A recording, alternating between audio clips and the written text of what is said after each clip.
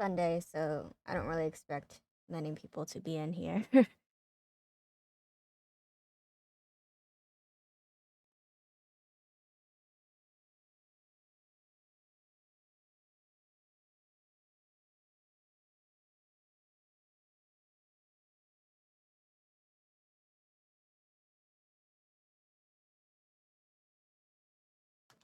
Bring my tablet closer to me.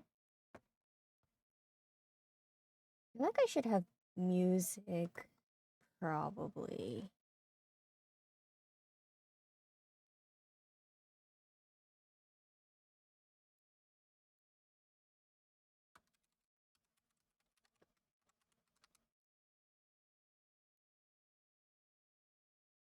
Welcome, welcome. I see someone lurking. I don't know who it is yet. Copyright free music.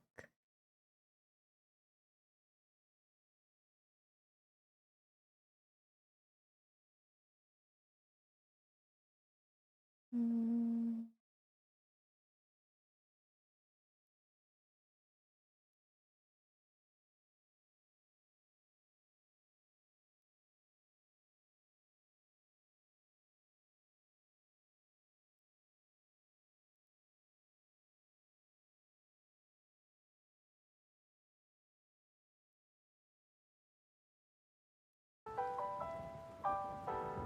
Liftoff of mission 41B, the first flight of the orbital Discovery, and the shuttle has cleared the tower.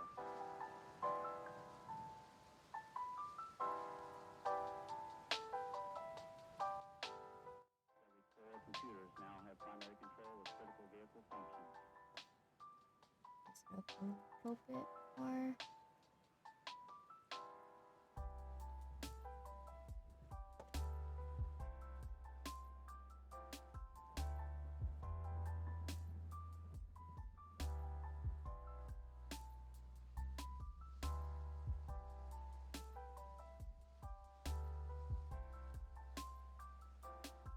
Oh, I guess you guys can't see the reference image. Okay, I guess I'll just be looking at it. Hmm.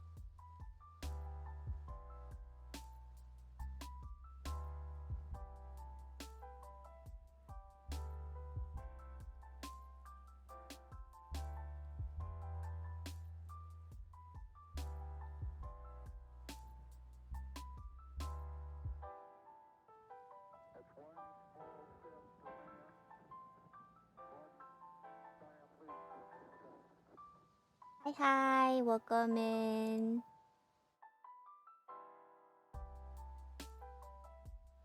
I'm just trying to look up reference images.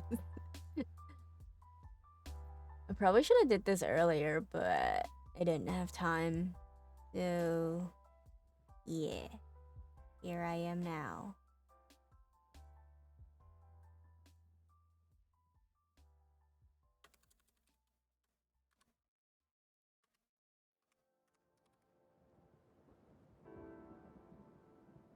Yeah, I actually won this graphic tablet thingy as an asset for a Twitter giveaway too. Says I'm not lucky, wins a lot of giveaways.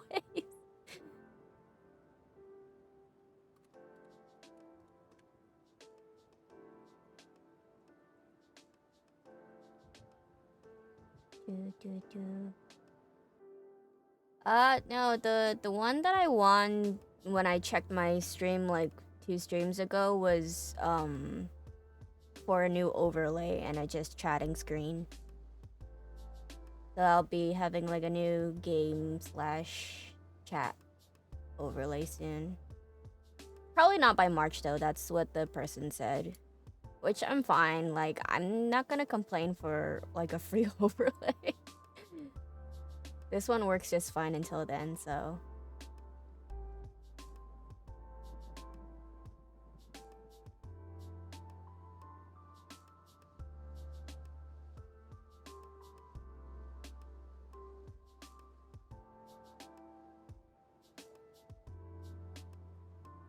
I mean, I've considered making my own overlay. I'm just too lazy. It's not like I can't. Yeah, thank you, thank you. Bruh, the end of the drama was like intense. It like really ended with like a bang and stuff, but I don't know. I feel like some people might have been like better like punished. I mean, well, technically the entire Gabin society is like done for other than like Shihyun, but she wasn't really part of that, so that's good. Turns out she wasn't a bitch after all. Like you were just like, oh, does she like get jealous and stuff and then become a bitch later? No, she stays good throughout the whole thing. She's a queen. She's a queen in her healing phase. So that is good. We stan. I can't find the pose that I want. Shit. I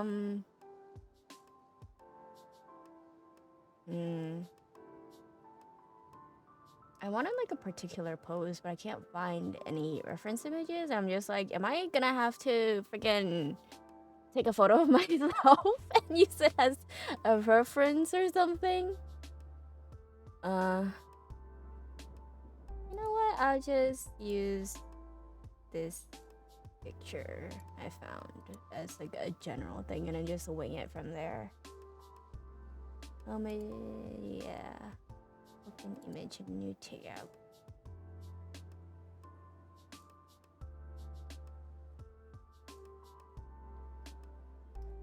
Yeah, it's been a while since I've done like art stuff.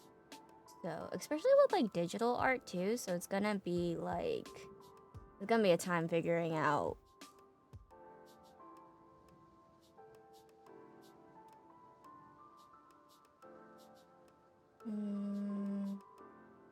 Let's see. I should probably put a white background, actually.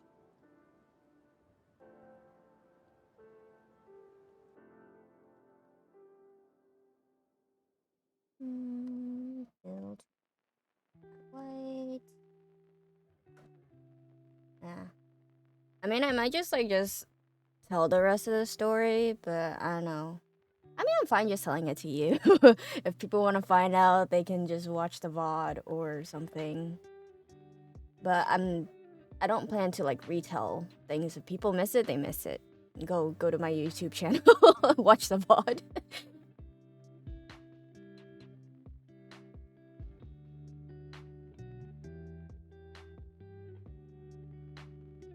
Should probably get like a stand because this tablet is like very awkwardly placed. It's like flat on my desk, but it's gonna make me like look down a lot. So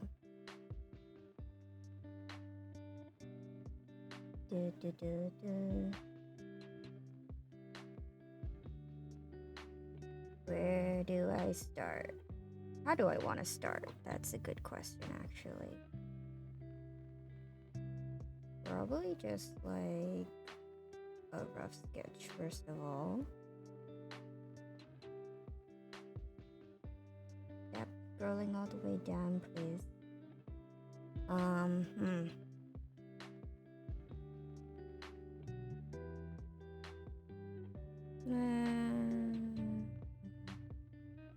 Sketchy. I do have the reference image up, but I guess because I didn't add it as a source, I'm like dragging it around, but it's not showing on the stream, so whatever, it's fine. I don't know if I sent you the picture of like Angie's goat girly. But it's exciting that she gets to play this character. Woo!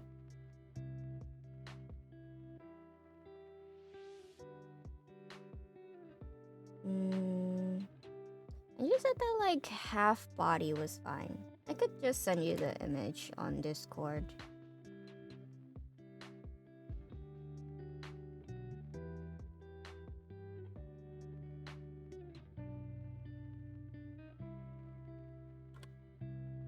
Here it is. Now her full glory. So I'm gonna do like a spooky version of that. Yeah, she very cute. Maybe I'll zoom out a little because I want to see how big I'm going to draw this.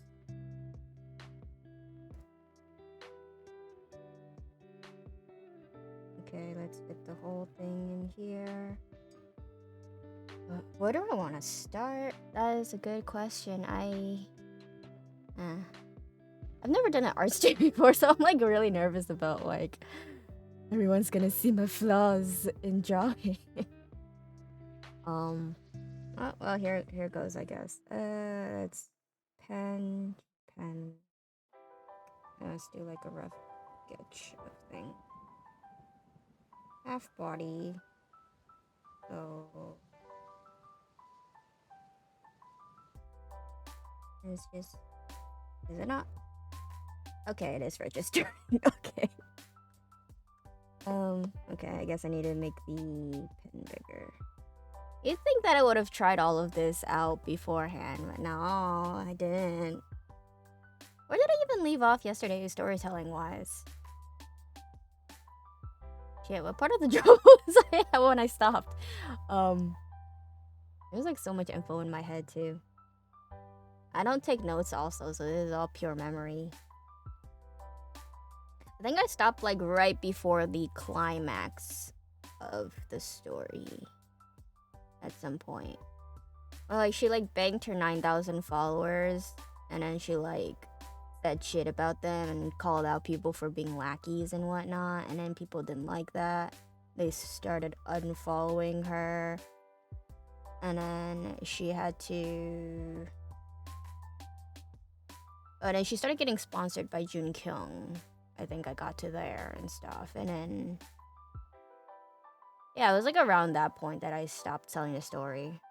But let me just like actually start sketching first too. Let's do a general head shape there.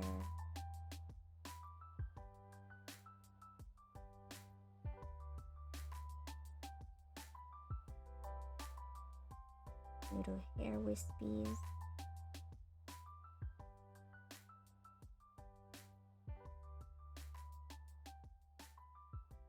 Zoom in a little bit now that I got a head shape. Maybe make that a little bigger. Oops.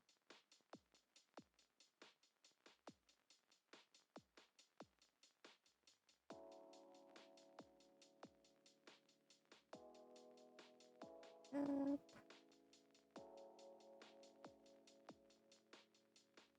Okay.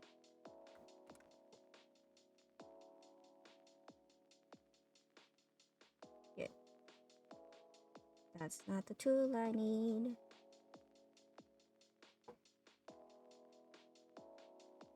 And it always feels weird if I haven't drawn on a tablet in a while and I swap to using a tablet from using like paper or a physical canvas. And it feels weird if I've been drawing on a tablet and I switch to like regular paper because I can't like zoom in on things. It's always so confusing, which is why I've like not streamed art till now, because I'm just like, how do I stream art?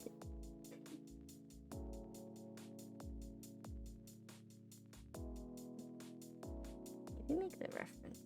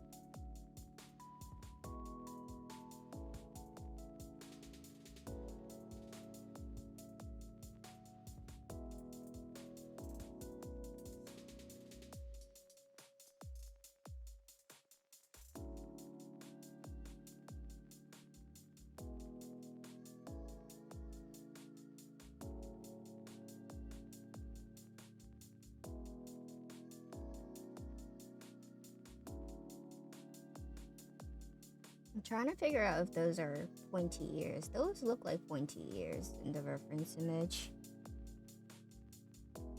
It makes sense. She is a goat person. So, okay. We'll figure it out. Probably just message Angie also. Be like, hey, yo, are those ears or is that part of her hair?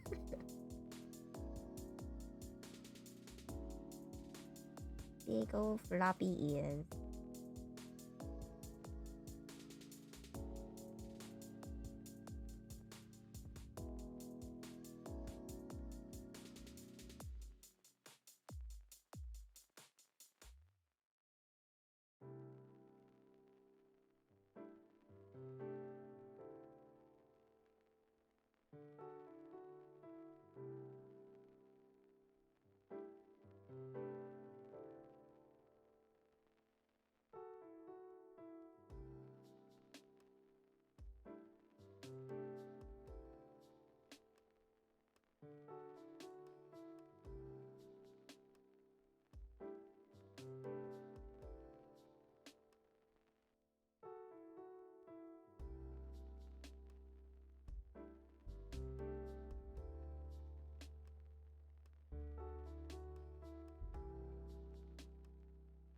So yeah, Jung Kyung had like propositioned Ari into like his company basically like sponsoring her and stuff, and then rumors started spreading that they were dating, and then that like news anchor lady whose contract was gonna end like went up to Ari and like started kissing her ass basically, and then which made Cherry angry. Her name is actually not Cherry, it's actually Chae-hee, but we're gonna keep it Cherry for being consistent, I guess. It would be weird if I suddenly changed her name now.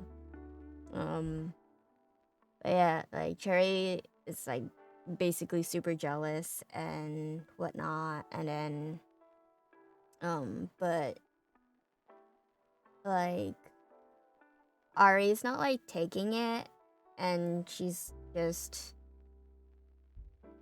being like, oh, like I don't need you guys, I can be famous on my own, I don't need to write your coattails or whatnot and stuff like that. But I mean, like, yeah, they gave her like the start to become famous, but she's just like, I can continue being famous on my own without relying on any of you, because all of you are just like fakes and I'm the real deal, basically.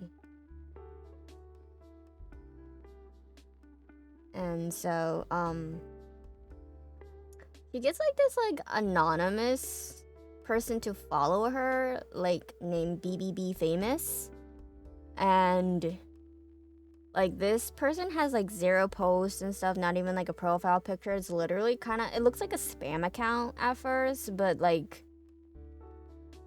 they like DM her and they're like, hey, if you really want to get back at these bitches, like I got some dirty details on them and stuff like that. And at first she's just like, oh, I'm not gonna resort to that, you know, because I'm not gonna like steep to like that low to get at them. But like this account does like intrigue her, so she kind of like keeps DMing this person, even though she doesn't know who this person is. But like she feels like this person is like on her side, but not really. Cause like this person's just like, oh my god, I'm like a huge fan of you. Like people like us need to stick together and like support each other and stuff like that. But she's trying to also keep a distance because like she doesn't want to stoop to that like lowness, I guess. But like gradually though, she does kind of like transition, and through the power of like money and fame getting into her and stuff, she does kind of start getting to the point of becoming exactly what she hated to begin with within the whole e-celeb circle, which is like, I kind of saw that coming, honestly. Like, who didn't see that coming? That's bound to get to you if like you get to like that level of fame, especially in such a like very dog eat dog world. It's the freaking animal kingdom. You know, like they said in Mean Girls. I know I'm like referencing Mean Girls a lot in here, but it's basically like Mean Girls if they had grown up to be like influencers and stuff. And then the whole like Instagram DMs and stuff like that is like their version of the burn book, because a lot of this stuff kind of does bite them in the ass eventually when like a whole bunch of their information gets like leaked and stuff like that.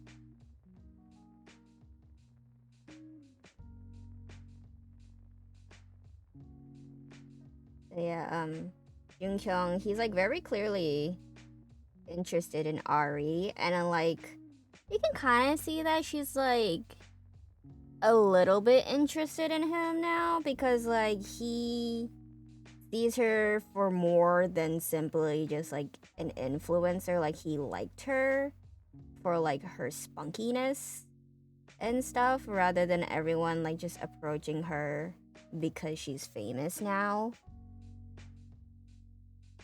Not like a good reference yet. um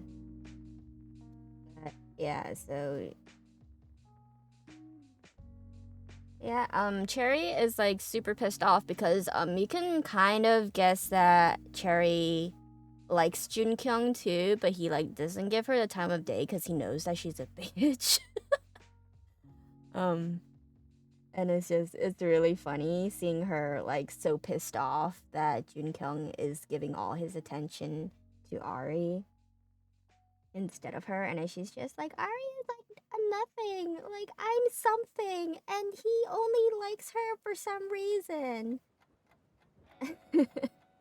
And she's like just constantly complaining to her like little lackeys and stuff. I mean, they're like her lackeys, but they're kind of like the other two girls that are like also mean girls. They're like a group of three, and then like Minnie is like kind of part of that group too, but she's kind of like the fourth wheel in there because she's in that group, but not really, because they also kind of hate her guts, but they're just like playing nice at the same time.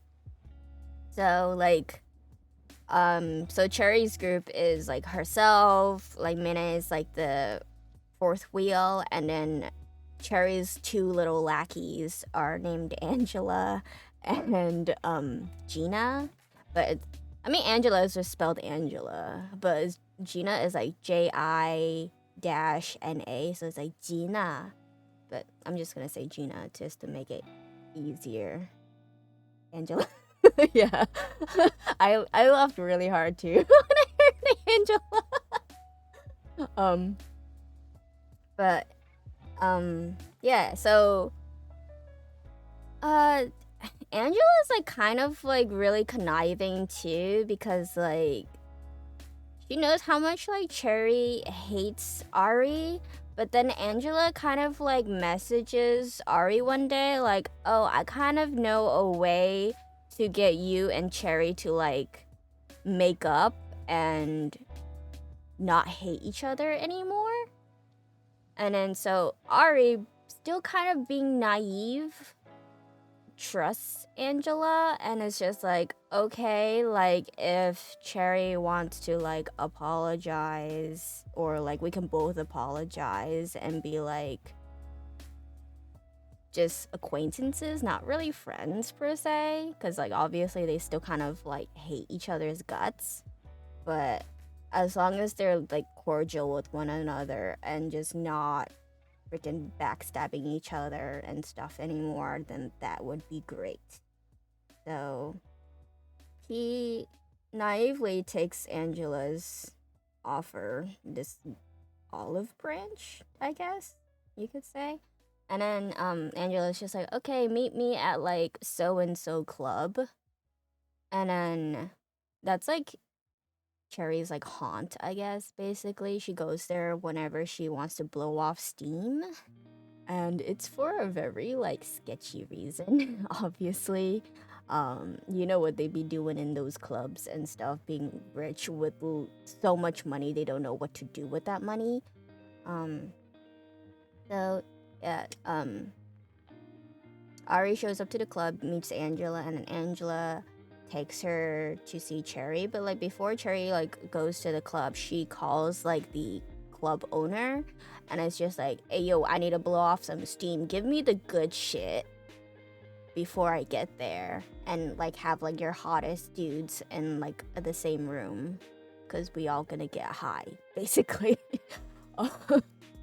Yeah, it's like it's really bad, but yeah, she's going to the club to get shot up with like the white things,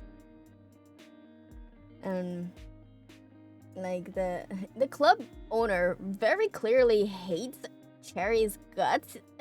Like when she calls him, his caller ID for her is like that bitch or something like that, which is hilarious. And then he literally sighs before he like picks up the phone, and he's just like kissing her ass. He's like, "Oh, what is our queen requesting today?" and stuff. And it's just like, "Yo, I need the good shit. I'm like super pissed off right now, and I need to chill the fuck out." Not with weed, but with the more hardcore white things. And he's just like, "Okay, like as the queen requests, I shall do that." And then he like arranges a bunch of like drugs, and and he like has like his like main hot guys, I guess, like in a room prepared for her. And then he's like giving them all a lecture before she gets there, and he's just like, "Oh, you know what she likes, what she doesn't like.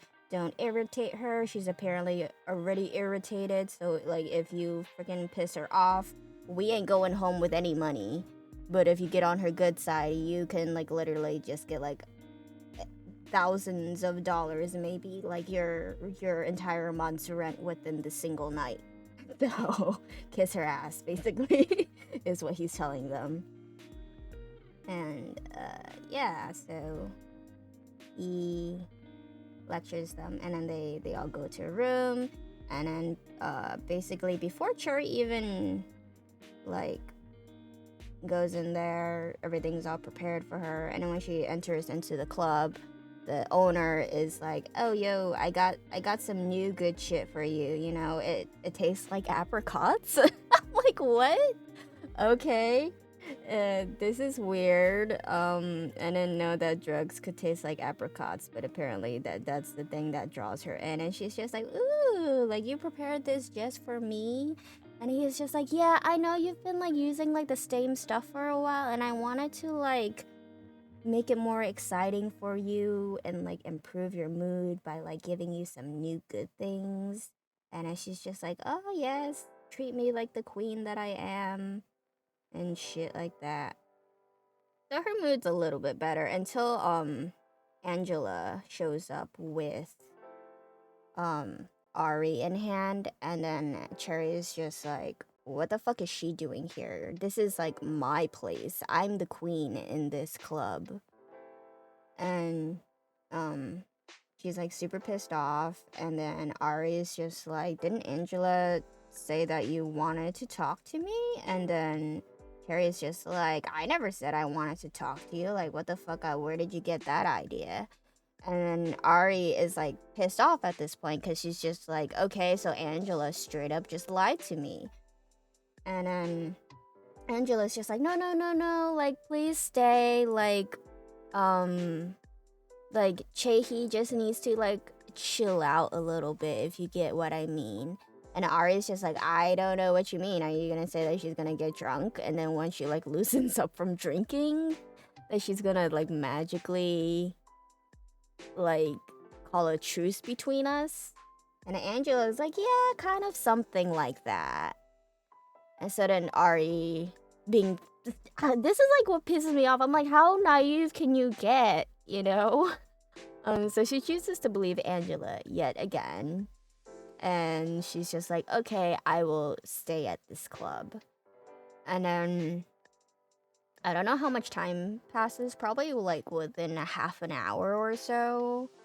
Angela brings Ari back into the room that Cherry is getting high in, and then you see like she's freaking like drugged out on the couch, and she's like so drugged out that she didn't even recognize who Ari is. She like recognizes Angela because like they're so and so bestie whatever of the Gavin Society. So she's just like, oh, who is this girl? And then like Cherry like goes up to her and she's just like, you're so pretty, blah blah blah. Like, you know what? You can tag along with me. You know, you can be like one of the pretty faces around me, and become my other new lackey or something. And then Ari is just like, what the fuck? Are you on drugs right now? Seriously? What is going on? And she's like so angry, and she's just like, I need to get out of here. We all know that girl in high school.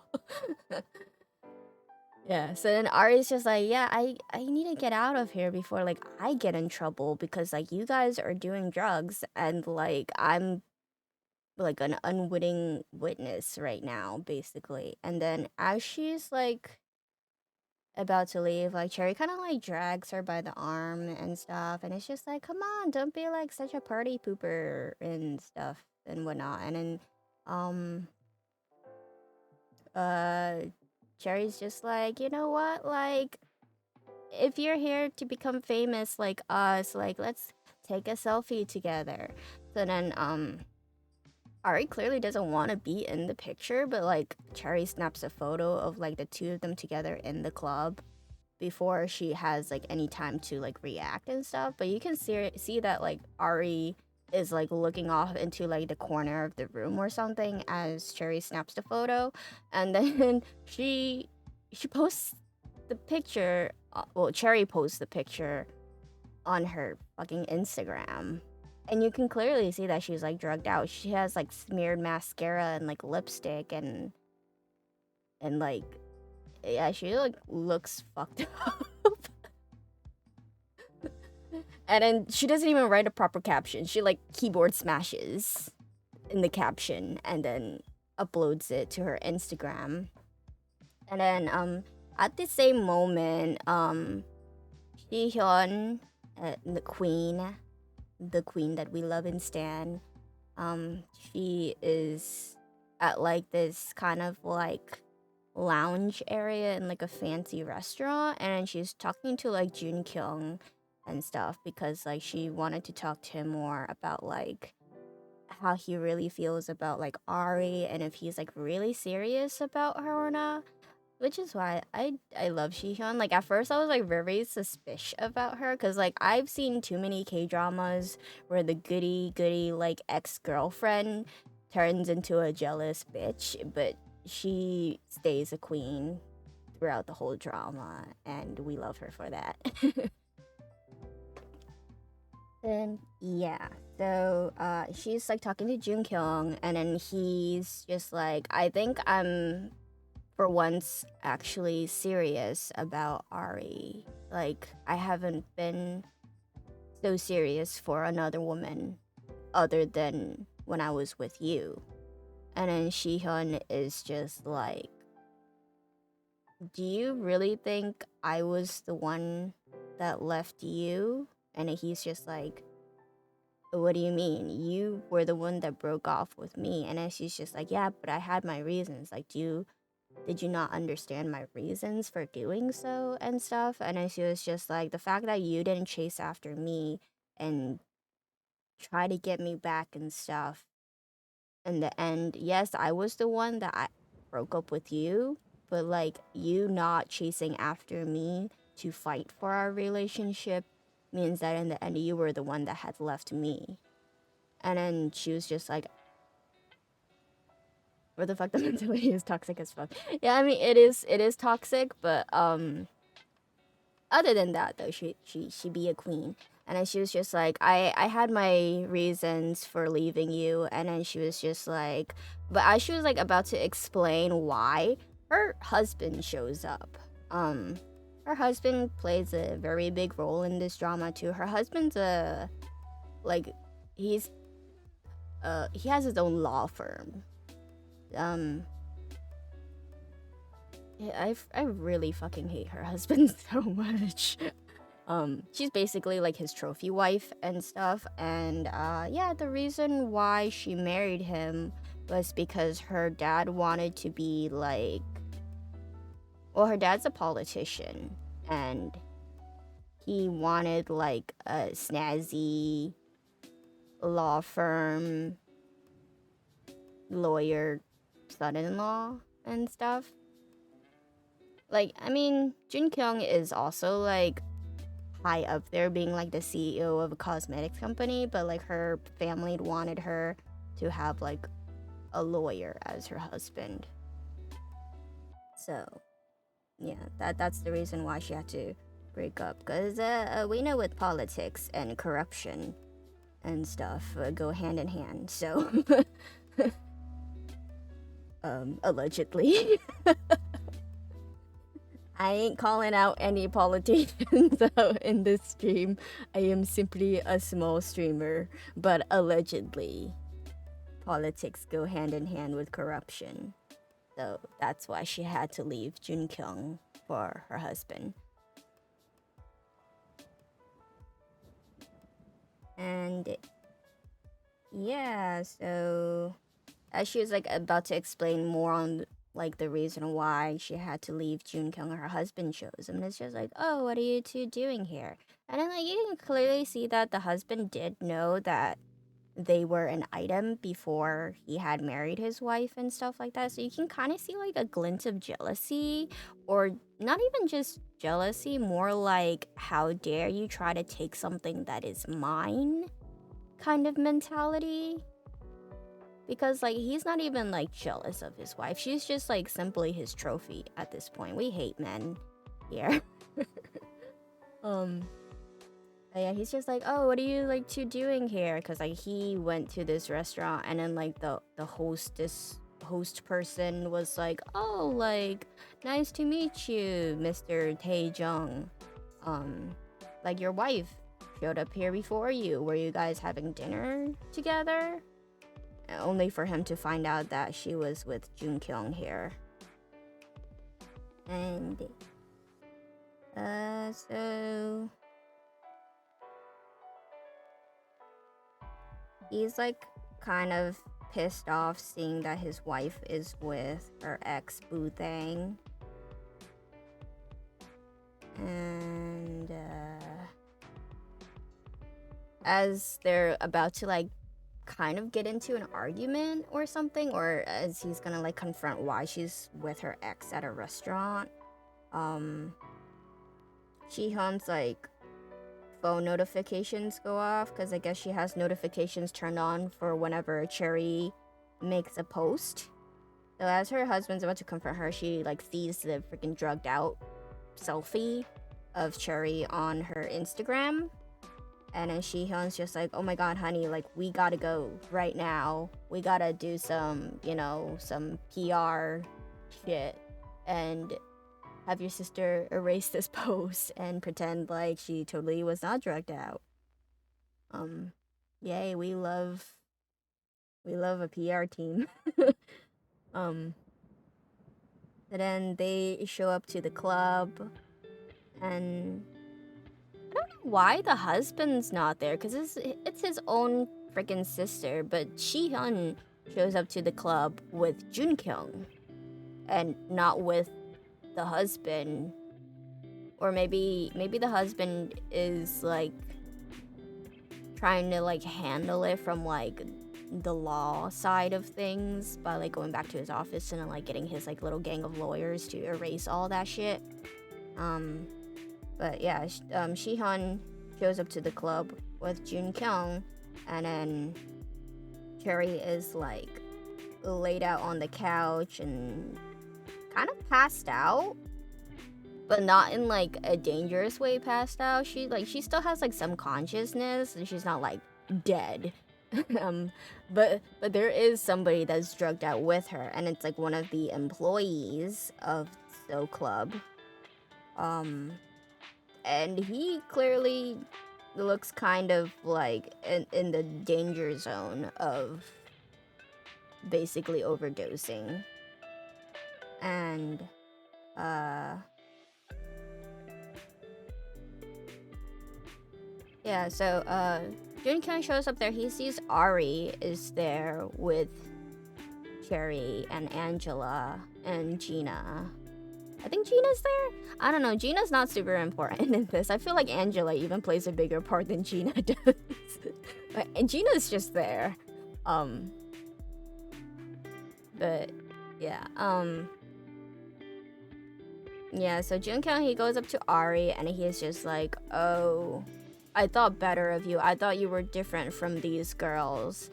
And he's just like, "I don't want to see you anymore after this. I thought you were different from the others, but like, in case you haven't realized, I don't associate myself with trash." And then he like side eyes Cherry basically.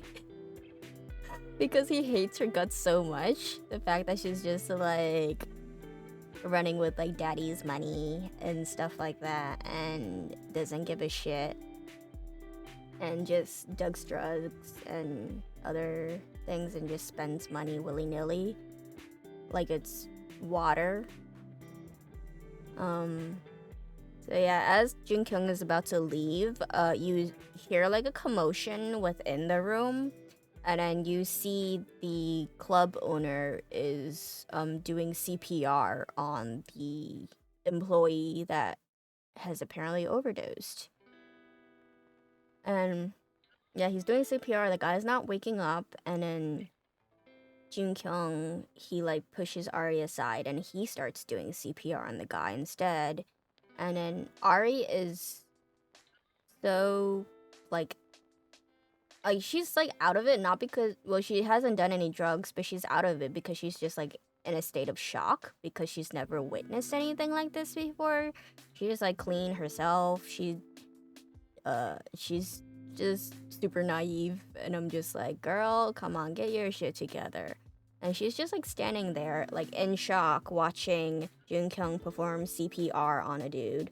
And then she's panicking, and she's standing next to Shihyun, and then Shihyun is like kind of panicked too, but a little more calm-headed because like she's a very calm-headed queen. And the Mr. Social Media Manager dude shows up too, I guess at some point. I guess he had also seen like Cherry's post and then tracked her down to the club. So Mr. Social Media Manager also appears to the scene, and then for a moment Ari snaps out of like her like trance-like state of shock, and she takes out her phone and tries to call the cops, basically, which would land them all in hot water. So she tries to call the cops. Jihyun and Mr. Social Media Manager dude make her hang up the call. And they're just like, if you report to the police, we're all dead meat, including you, because like you're a witness to this scene. Oops, I erased the wrong thing. Ha ha ha.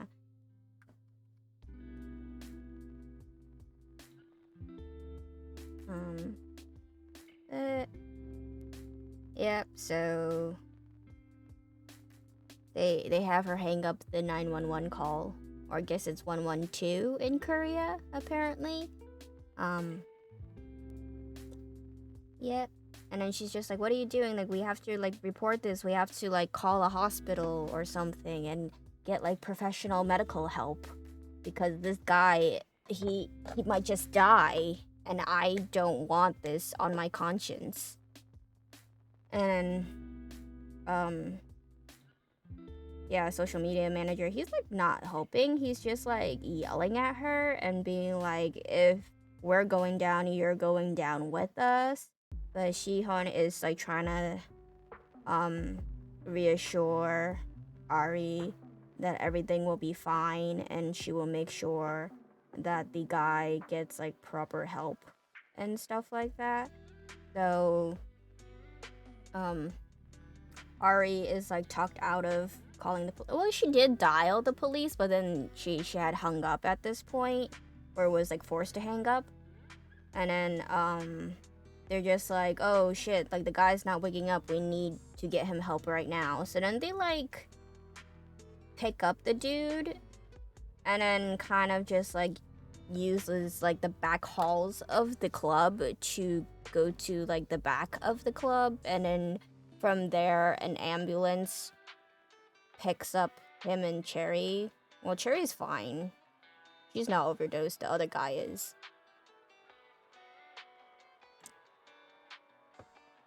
But like, I don't know, you kind of know at this point that that guy's probably gonna die because like his name isn't really mentioned, so it's like he's not even like important enough to have a name in a sense.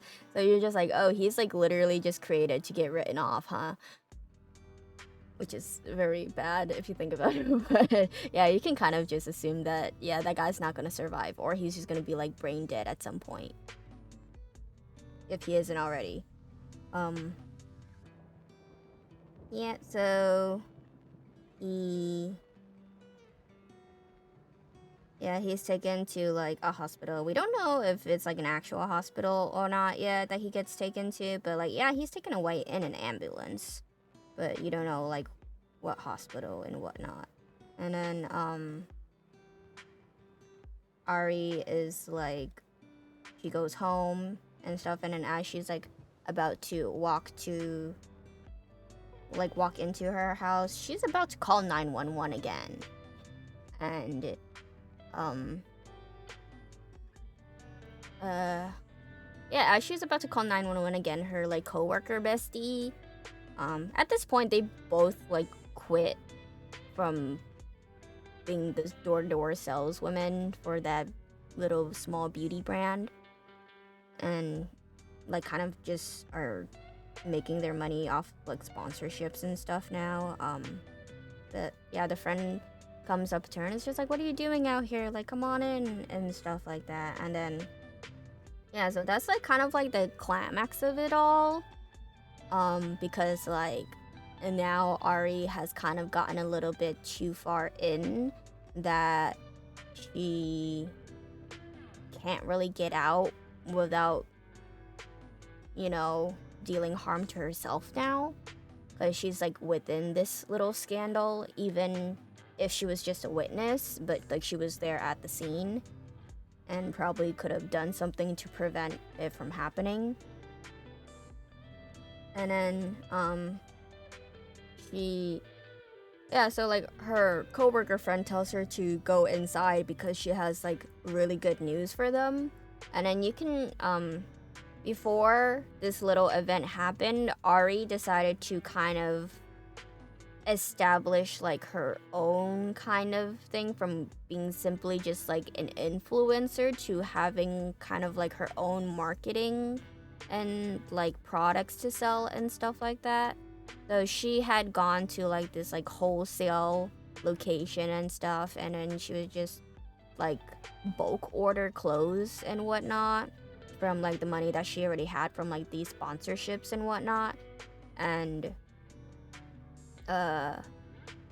she basically started like kind of like an online shop kind of deal, but it's like linked to her Instagram and stuff. It's just like, oh, this said clothes you can buy here and blah blah blah. And I like she kind of did like her own like modeling and stuff, and then posted it to her Instagram of just like, oh, look at this cute sweater. Oh, hey, Run. I'm in the middle of the story. And kind of in the middle of art-ish. I might have made the head too big. I'll fix that later. It's fine. It's in a sketch phase. We shall make your head smaller. But yeah, Ari had established like her own little like online shop thing. She doesn't quite have a physical location just yet. Thank you, thank you.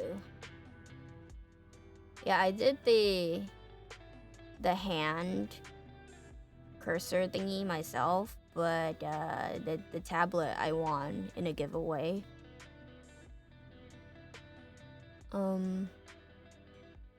Wait, where was I? Yeah, so yeah, Ari started selling her her own like sense of fashion and made it like more affordable, I guess, in comparison to like what the others do in terms of like more advertising for already established brands. Like Gina apparently sells brand name bags to her followers versus yeah, Ari's like very affordable fashion.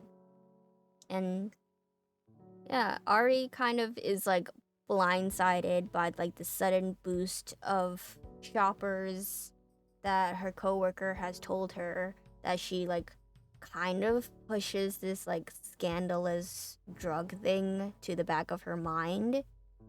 Um and she thinks that it's okay because like Shihan had like reassured her that the guy would not die and that he would get proper care. And then you do find out that the dude that had overdosed was not sent to a proper hospital. He was remember I mentioned that Mine had like her own little lackey that wasn't within like that little circle of friends but very clearly wanted to kind of be in that circle. Yeah, that girl, that lackey, uh her husband is a plastic surgeon. So I guess because he has like some medical training, they use that influence to send the overdosed guy to that location instead of a proper hospital. They send it to the plastic surgery clinic.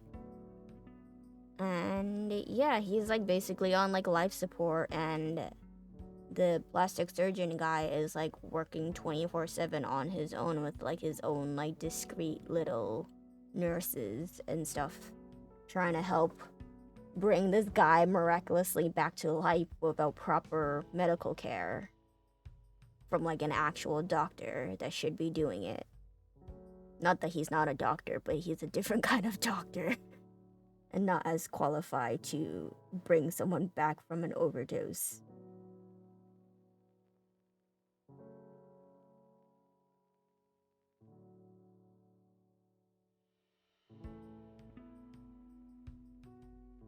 And yeah, so Lucky Chick, she shows up with like a late kind of like midnight snack or something for her husband. And she's just like, "Oh, you're like working so hard. I never thought that you would be doing some sort of like emergency midnight plastic surgery thing, being a plastic surgeon. Like, why would a client be like so urgent as to need plastic surgery so late?" And then he's like very agitated and stuff and like yelling at her like, "Don't show up here, blah blah blah, like go home, go take care of our kid," and blah blah blah. And he's like yelling at her, and then she's just like, "I just wanted to be a good wife and bring you dinner because you're working hard." And then she like runs off agitated. And I mean, she knows that Taejun, who is Jihyun's husband, the Mr. Lawyer dude, he's the one that contacted her husband to come in the middle of the night to do this surgery, but she doesn't really know what it entails. She doesn't know about like this whole like drug scandal overdose thing. She just thinks that her husband's like doing some sort of like plastic surgery shit. And yeah. So then she like stomps off angry at her husband for yelling at her. And what happens next? Um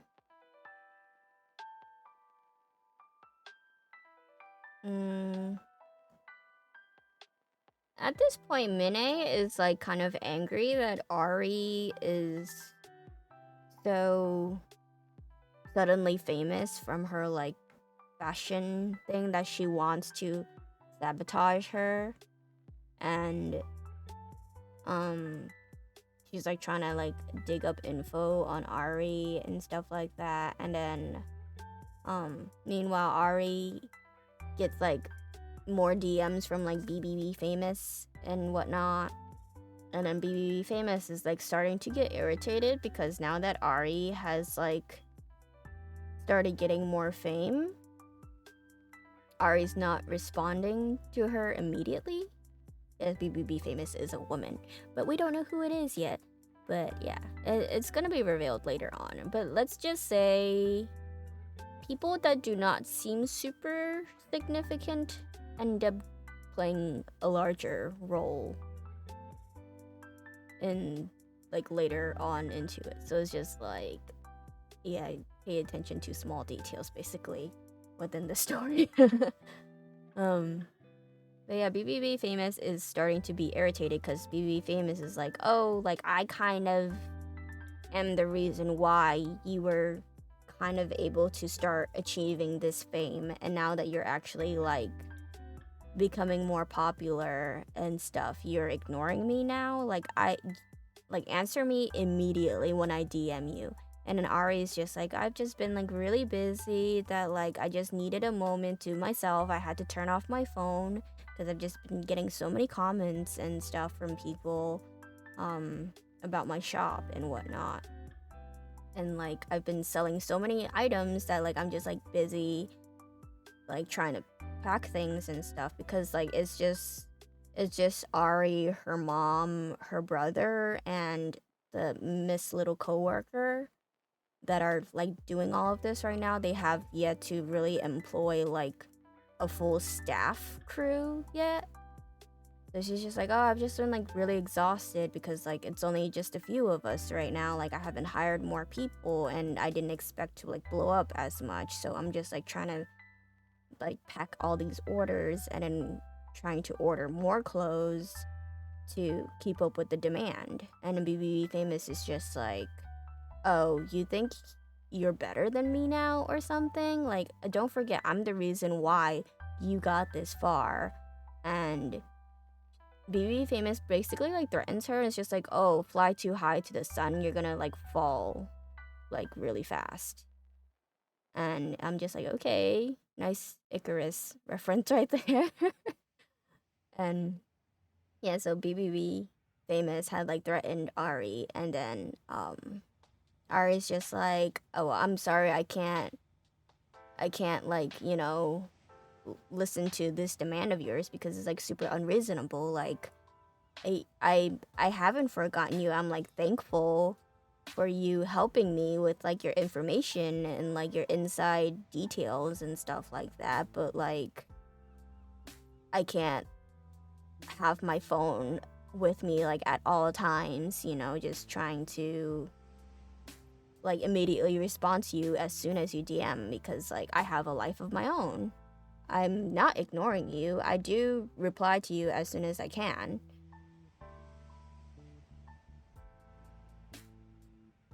So like Ari kind of continues with like her business and stuff like that, and then one day when she tries to bulk order more clothing for her site, it's like the same clothes that she already had up and stuff, but then for some reason when she goes to this lady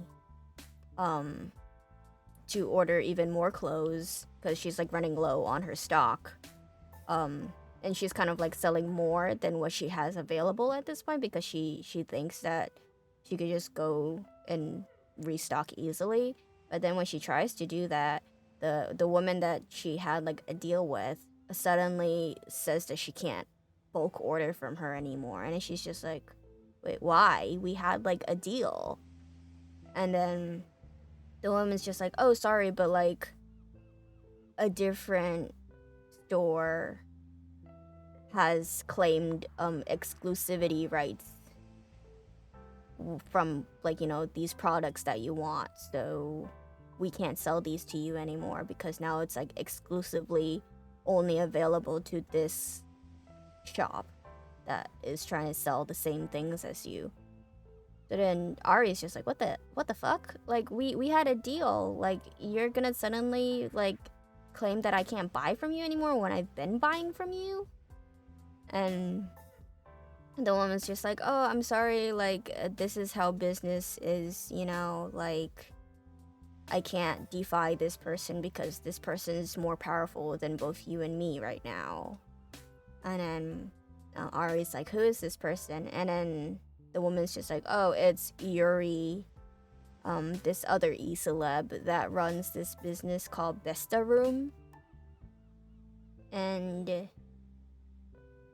yeah, so Ari is like pissed off, so she goes to like Besta Room to kind of confront them. And she finally stoops low enough to use the secret information that BBB Famous has provided to her. So yeah, you kind of see that her downfall is like slowly creeping in. She's giving into this temptation and stuff, but at the same time, she's not really doing it just for her. Like, yeah, money was nice and stuff like that, but like her reputation is getting tarnished because she's selling things that she does not have. So people feel like she's scamming them at this point. And yeah, yeah, she's getting more like hate comments and hate accounts on Instagram. So yeah, people are calling her like a scammer and stuff because like she's already accepted payment from them, but she's not sending out products because she doesn't have the product available now that the deal has like been broken between her and like the wholesale lady. And then so she contacts BBB Famous to get some like dirty details on what she can do to get the product back again by like besting Yuri from Besta Room. And you find out that Yuri is actually working together with Mine, who wanted to sabotage Ari. And yeah, Mine was just like, oh yeah, you should like totally like steal all the exclusivity rights from like Ari and sell all the things because like you're gonna make bank and stuff. But like as me giving this information to you to make a profit, I claim like 30% of your sales. So Yuri is like pissed off that Mine is just like kind of like asking for like a cut of the money, but at the same time she's just like, okay, but like you helped me make this money, so I will do this. And then Ari shows up to Besta Room. It's like in the nighttime already, so like the boutique is like closed and everything, but like Yuri and Yuri's little group of girlies are like in the back playing poker or something together. So Ari shows up and then she's just like, why did you do this? Like, we had no beef with each other. I didn't even like know you before this incident, but like very clearly I was selling these clothes first, and then you came in and then like stole all of my product, and now it's tarnishing my reputation because people are calling me a scammer for selling things that I don't have. And then Yuri's just like, oh, this is just like how business works. Like, don't blame me for like your own downfall and blah blah blah, that kind of thing. And like Ari is super pissed off, and then she's just like, oh yeah, fine, like be like that.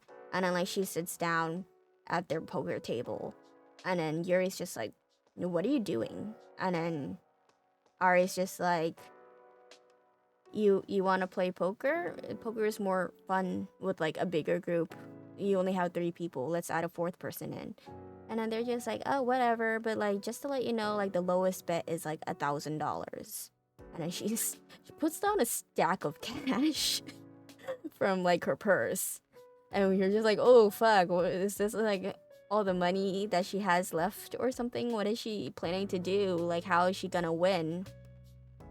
And Yuri is just like, okay, fine. Like, yeah, sure. If it's your money that you're gonna lose.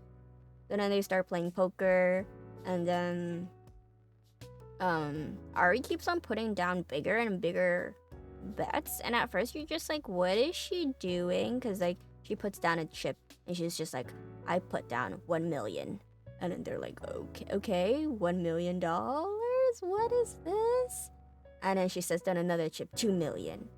And then Yuri is like kind of getting intimidated, but you don't know quite like why, the reason she's getting intimidated first, because like everybody else is just thinking, oh, like this stupid Ari chick is putting down all these like big ass bets and her cards are shit right now. She's just losing money. But for some reason Yuri is getting like intimidated by Ari. And then Ari is just like, do you know why I'm placing these specific amounts as a bet? And then Yuri kind of like has like a look of fear in her eyes. And then like Ari basically like says out loud in front of like this little group of girlies, she's like, I know what you did to reach this level of fame. And she's like, I have a source that tells me that you're in a circle of a certain group of ladies that is basically getting pimped out to wealthy men in exchange for high amounts of money, and then you use those that income basically from those men to establish yourselves into opening up these shops and becoming e-celebs. So Yuri is like very much taken aback because she's just like, holy fuck, how do you know that information? Like, how did you know that I was selling my body basically before I achieved this level of fame? And then Ari's just like, well, if you don't want this information to get leaked out, you better shut your pretty mouth and take back your exclusivity contract and let me sell my shit. And we will both go back to being strangers, like before this event happened. I'm probably just gonna swap to like a just chatting screen because I am not drawing right now. I kind of knew this was gonna happen anyway. I can't think and do same time. So yeah, just chatting screen. Yeah, I mean, like I got like a base of the sketch kind of going already, so I just can't like storytell and recall details and draw at the same time. It's too much brain power. um yeah, so yeah, so at this point, Ari does give back like the rights to the clothes and stuff that she was originally selling, but at this point, her reputation is kind of already tarnished at this point, and she's kind of been like blacklisted by the internet of people saying not to buy shit from her anymore. So I mean, she's kind of already done for in that aspect. So she kind of disappears for a bit. And then like Cherry and Minnie and Angela and Gina are like super happy with the whole little Gavin society. They're just like, they're like, oh yay, like Ari has disappeared from the face of the earth basically, and we've heard nothing from her. So like, yeah, she's had her downfall, woohoo, kind of thing. And they're all celebrating and stuff. And then I guess there's a fashion brand or something. It seems, I don't know what brand this is. Is this a real brand? Okay, it is a real brand. Like I've heard of like the other brands that they've like name dropped in this drama before. Like yeah, they've like name dropped like Gucci, Chanel, Hermes, Givenchy, Balenciaga, Dolce and Gabbana, and that kind of stuff. But then there's like this like exclusive fashion show that they're attending called Balmain, I think. Like I know some brands and stuff, but I'm not like I only know these brands because my mom likes to shop, but I have yet to hear about Balmain, but I'm assuming that let me like look up some shit. They probably got really expensive things. Yeah, okay, they're like on like the par of like Gucci and Chanel and stuff being like $1,000+ bags. Okay, we got it. Um yeah, Balmain is having a fashion show. And then I'm assuming some time has passed. There's like a lot of hate still going on the internet about RE. A lot of backstabbing and whatnot, and like hate comments and news articles bashing her about how she's like a fraud and a scammer who are just like stealing people's money and like not providing what she promised to them. So they all assume that she's like done for and out of this whole e-celeb universe.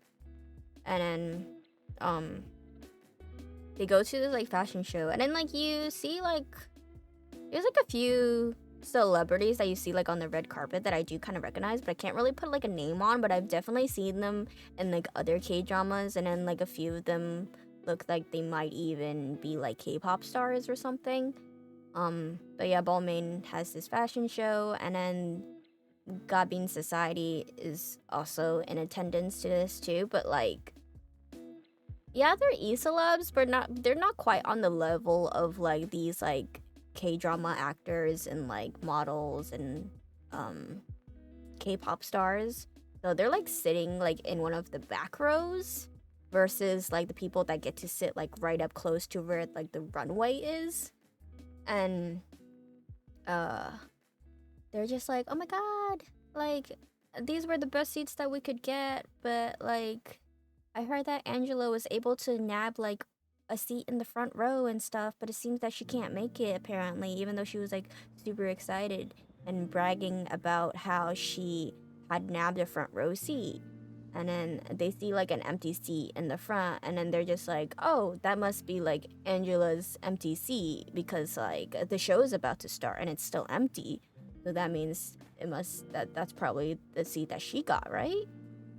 And then right as the fashion show is about to start, who comes walking in but Ari herself. Queen makes a comeback. She's risen from the ashes, and she comes walking in like a boss ass bitch, and she's like wearing like luxury brands from head to toe. And then this very clearly rubs Cherry and the rest of the Goblin Society in the wrong way because they are very much pissed off at not only the fact that Ari is sitting in a better seat than them, the clothing that she's wearing is like newly launched brand name items that even Cherry couldn't get. Like Cherry was waitlisted for the item that she was wearing. It was like a fancy smanchy like blazer jacket thing that is like bedazzled in like emeralds or something like that. Um, but yeah, Ari comes in looking really nice with her clothes and stuff, and Cherry is like, how the fuck did she get that seat? How the fuck did she get that outfit when I couldn't even get that outfit? And like you just like hear them like whispering in the back and stuff, being super pissed off. And then but like you can see like there's like tension where Ari is sitting, not because she knows that they're sitting like somewhere behind her, but she's like 2 seats away from Jun Kyung. There's like one random person sitting between Jun Kyung and Ari, and like you can very kind of see that like yeah, Jun Kyung and Ari kind of like have this like attraction towards one another, but like after the whole like drug scandal night, both of them have clearly not been talking to each other. And like after the show, they don't say anything to each other, but then like Cherry is still like super pissed off that Ari is wearing clothes that even she couldn't get. And then Ari um goes up to this like top tier fashion model apparently named like Choi Bom or something. And like the Goblin Society are watching what's happening, but they don't know quite yet what Ari has been planning. And Ari goes up to Choi Bomb and is just like, "Oh, can I get like a selfie together with you? Like, I'm a big fan of you." And then Choi Bomb like, it's just like, "Oh, of course. Like, I'm always down to like take selfies with like a fan and someone who like loves fashion." And Choi Bomb takes like a selfie together with Ari, and then Choi Bomb takes like a second glance at like the selfie photo, and then she's just like, wait a minute. And then she like properly turns to Ari this time, because like before she like kind of just like glanced at her before saying yes, but then now she's like literally looking at Ari from like head to toe. And then she's just like, I have that exact same like blazer that you're wearing.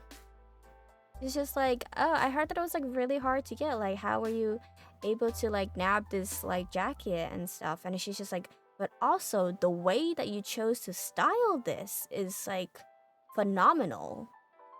She's just like, yeah, like the jacket itself is like a statement piece, but just the fact that you were able to like put together this like ensemble and make it work in a different way from how I would make it work is like stunning in its own way.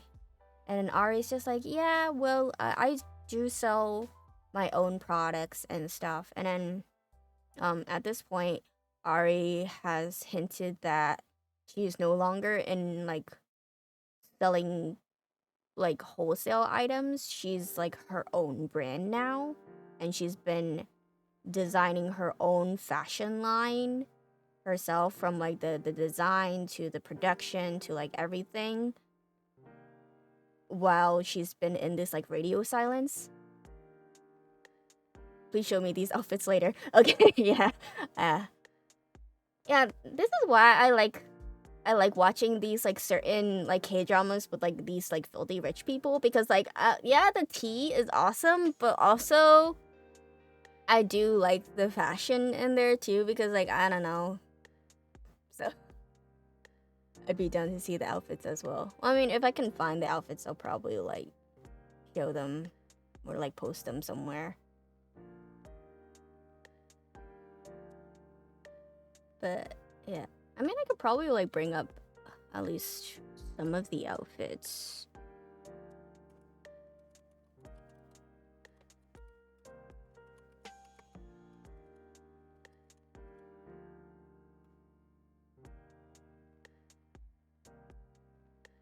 Do, do, do.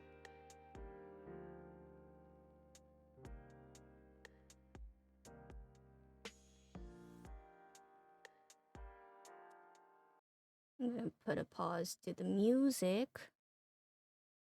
Um, hmm.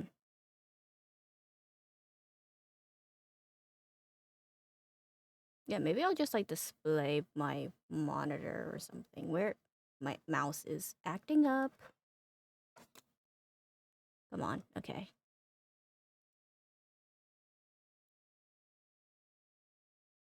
Hmm. Okay, I guess this website shows like some of the outfits. I mean, it's showing some of the outfits that Ari's wearing specifically. Do they have like a general full drama outfit? Where to get all the outfits? Hey, let me see. Murmur, murmur, murmur. I mean, but yeah, you do kind of see like a kind of. I mean, Ari's fashion is kind of nice to begin with in general, but you can kind of see like her outfits in the beginning are like just like simple like cardigans and t-shirts and high-waisted jeans and stuff like that, like very like simplistic and stuff and like cute, versus like kind of like brand name shit later on. Let me add a new source. Window capture, browser. Let's just do a display capture so you can just literally see what I am browsing.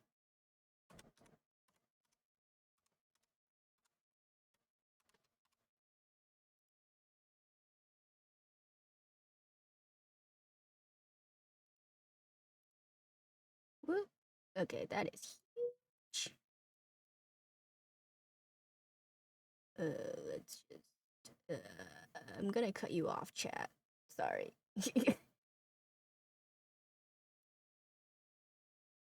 Okay. Yeah, you should be able to see.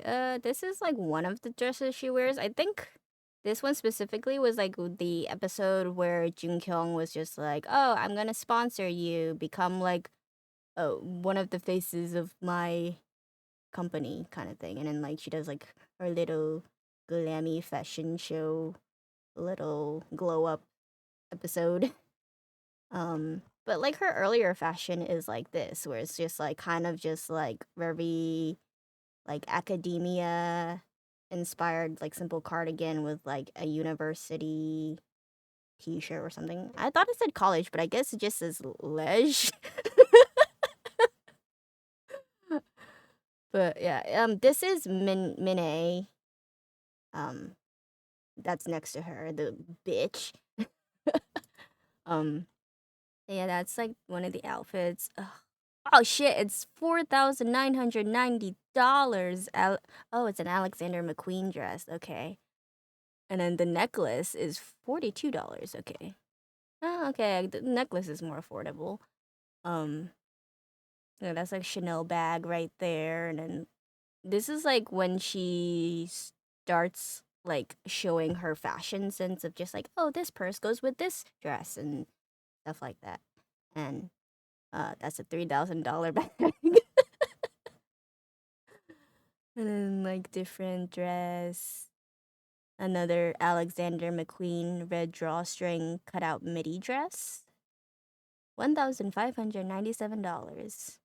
Oh yeah, that's the Saint Laurent dress. Like yeah.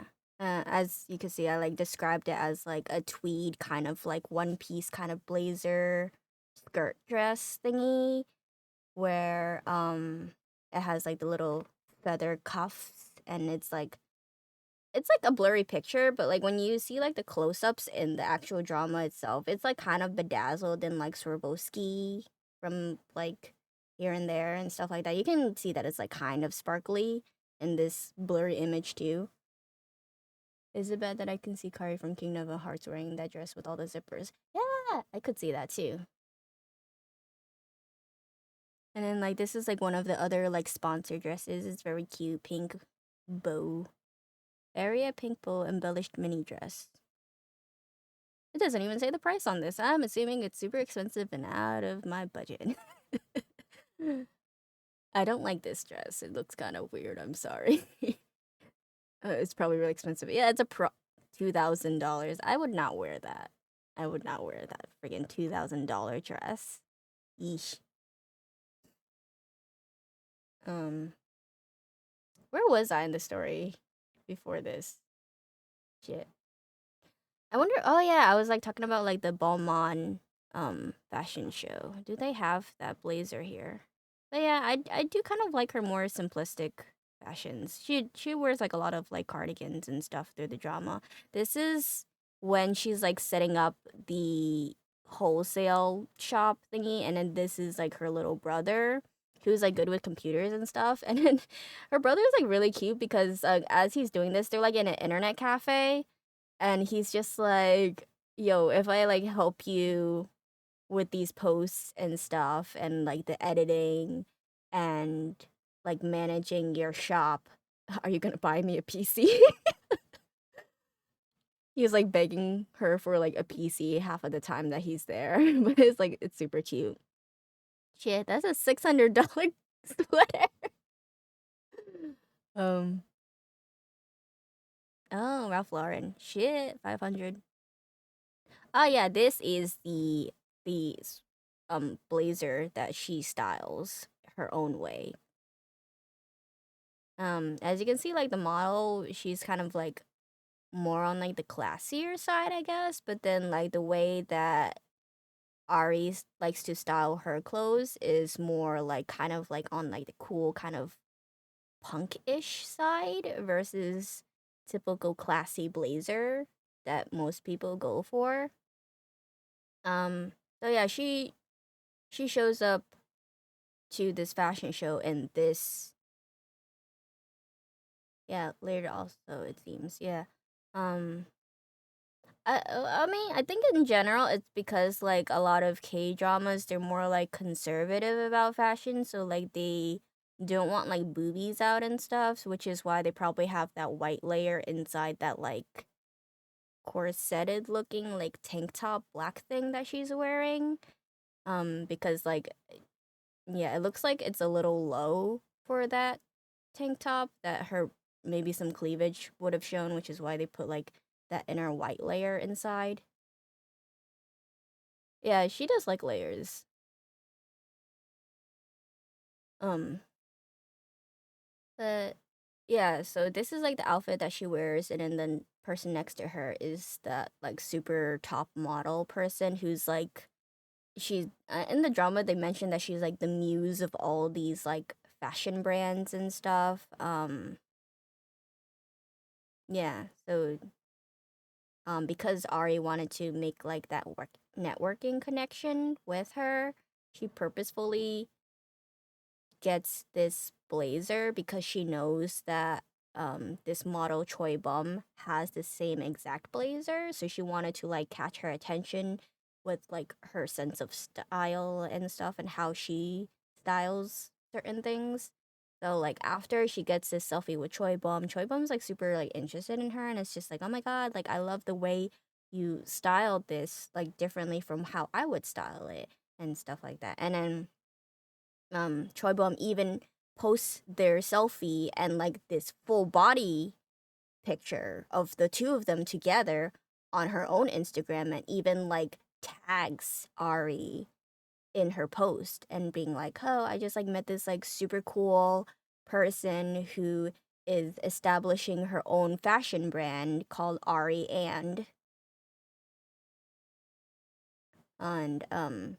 yeah, so like Ari starts to get even more fame and stuff because now she is like not just within the this e-celeb circle, she's made this connection with like a top supermodel now, apparently. So she starts getting more famous and stuff like that, and then she starts selling not only clothing and stuff that she's like launching, but she's also selling cosmetics as well. And there's like a flashback scene of her going to her old boss that she used to work for, that said boss of who she like did door-to-door sales for like beauty products and stuff like that. And apparently like after she had left that door-to-door sales job, that boss landed in like hot water and stuff because like somebody, we can only assume it's probably like Minnie that did it, but somebody had reported that boss for like tax evasion or something. So then the boss had to shut down her company and now just has like a whole bunch of product left that she cannot sell. So like you see Ari and Boss Lady go into Boss Lady's like small apartment and you see like there's like boxes and boxes of like face mask and like BB cream and other kind of beauty products just there not being sold because she had to shut down her business. And Ari's just like, "Oh, like I know the quality of your products though. Like I'm so sorry that like you had to shut down your business. Like I wish that I had known sooner like what happened to you." And then the boss is like, "Oh, it's not your fault, you know, like I should have known like the price to pay from like this like big, like we had a good run for a little bit when you started becoming famous and your little friend had like advertised my skincare and stuff. But yeah, and then so like Ari kind of like absorbs this like cosmetics fallen company into like her own branding and stuff, and it's just like, okay, I'm gonna start selling beauty products on top of the fashion that I design myself. So yeah, what happens next? I'm trying to remember. Mind you, I binged watched the rest of this drama between like last night and this morning. So all this information is like crammed into my brain. My memory is like very selective sometimes too. So I'm amazed I can remember what I remember anyway. Um oh yeah. So after she makes like this decision to absorb this ex beauty company into like her own RA and branding, she confronts Jun Kyung because he is like the CEO of a beauty brand, and then she's just like, I want to establish like kind of like a partnership thing between the two of us now. And like you can clearly see that there's like this tension between them.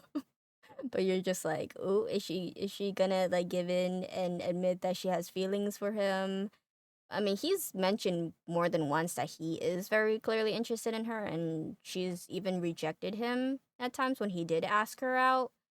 Um, but she like propositions him, and it's just like, oh, I have like this beauty deal kind of thing that we can be partners for, and then he's like, of course, you know that I can't say no to you, and I'm just like, oh, he's a simp.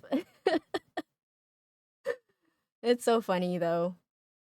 But yeah, he tells her like, yeah, you know that I can't turn you down. Like I know your like business sense is good. Like yeah, I do like you, but I do know that you have what it takes to make it in this kind of like industry. So yeah, we're gonna partner up, and I'm going to like provide you like funding to like launch your own brand basically. And yeah. What other outfits do they have here? I'm curious now. Oh, it's a $3,000 jacket. Okay. Balmain jeweled tweed jacket. They really like tweed here. Okay. Silver leather. Helmut. Helmut? I don't know that brand either. Ha ha ha. Look at that LV bag.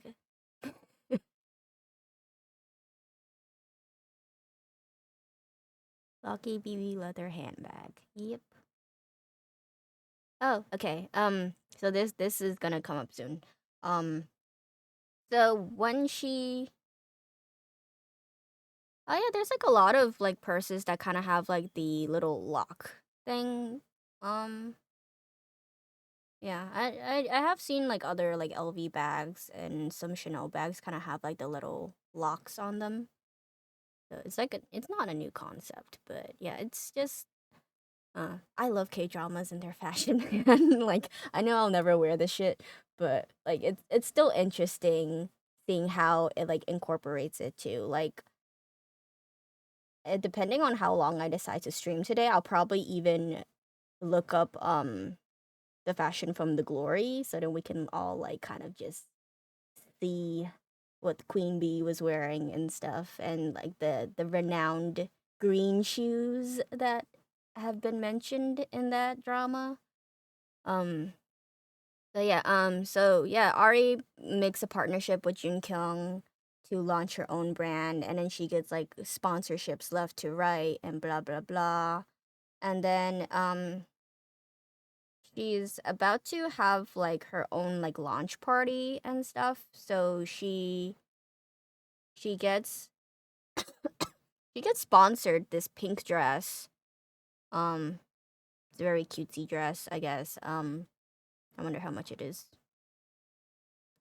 Wow, they really like Alexander McQueen here. It's a $2,340 dress. Yikes.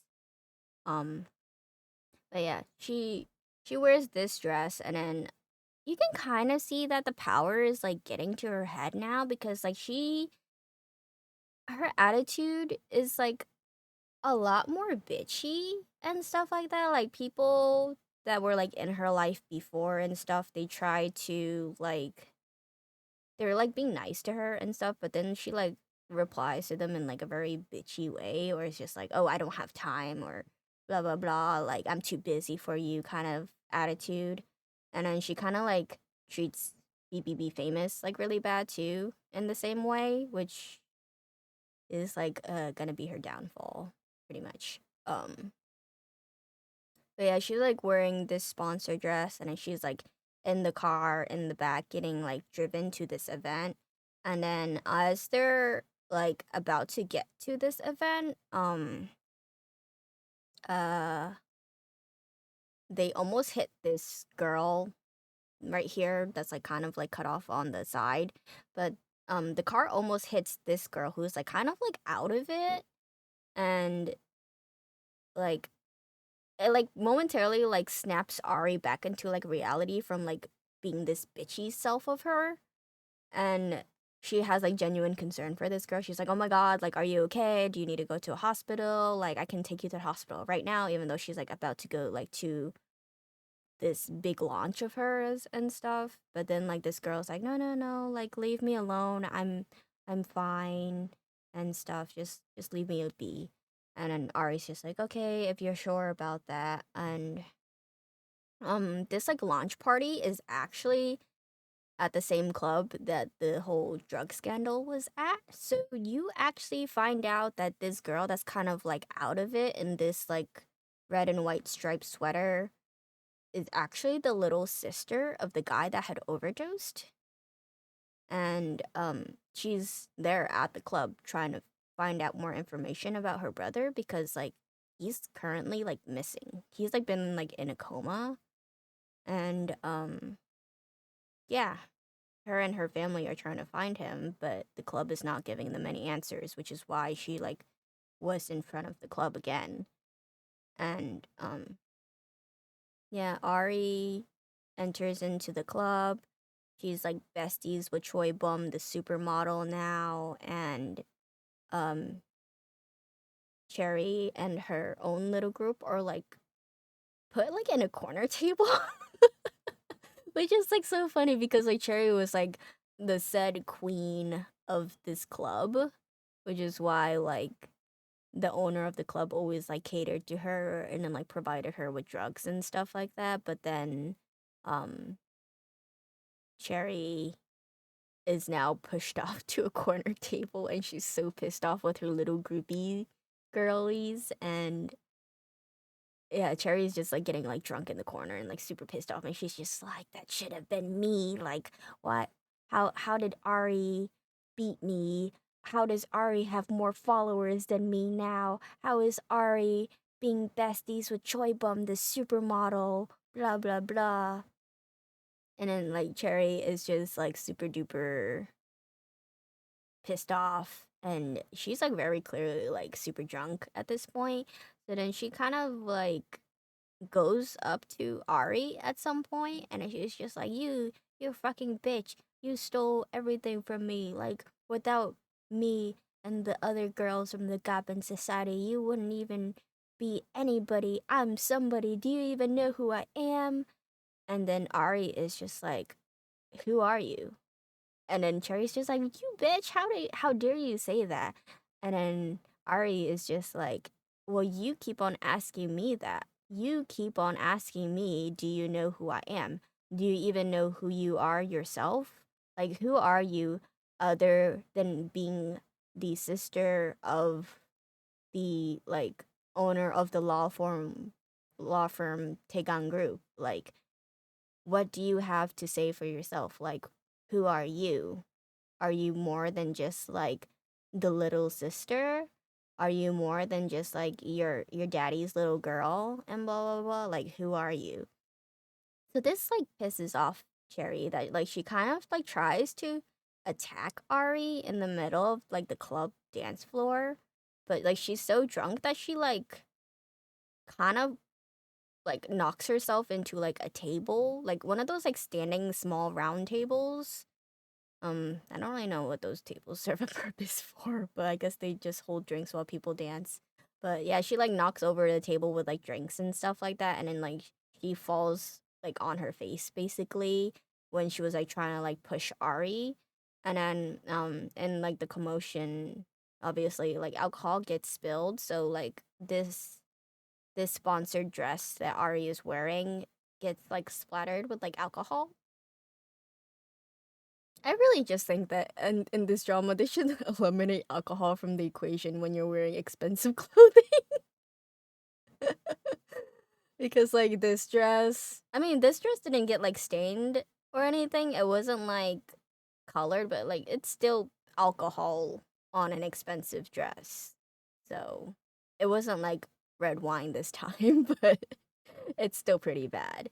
Um but yeah, Ari has her dress splattered with like alcohol as like Carrie got like tumbled down onto the floor. And then Choi Bum's like, "Oh my god, Ari, like, are you okay? Like, do you know this person? Like, do we have to like call security and kick them out or something like that? Like, or do you need to like report to the police or anything?" And Ari is just like, "You know what? It's fine. There's no problem at all." Like, she was about to leave anyway. And then um Ari's like coworker friend, um her name is Jung Sun. There's so many names in the goddamn drama. I'm like trying to remember them all.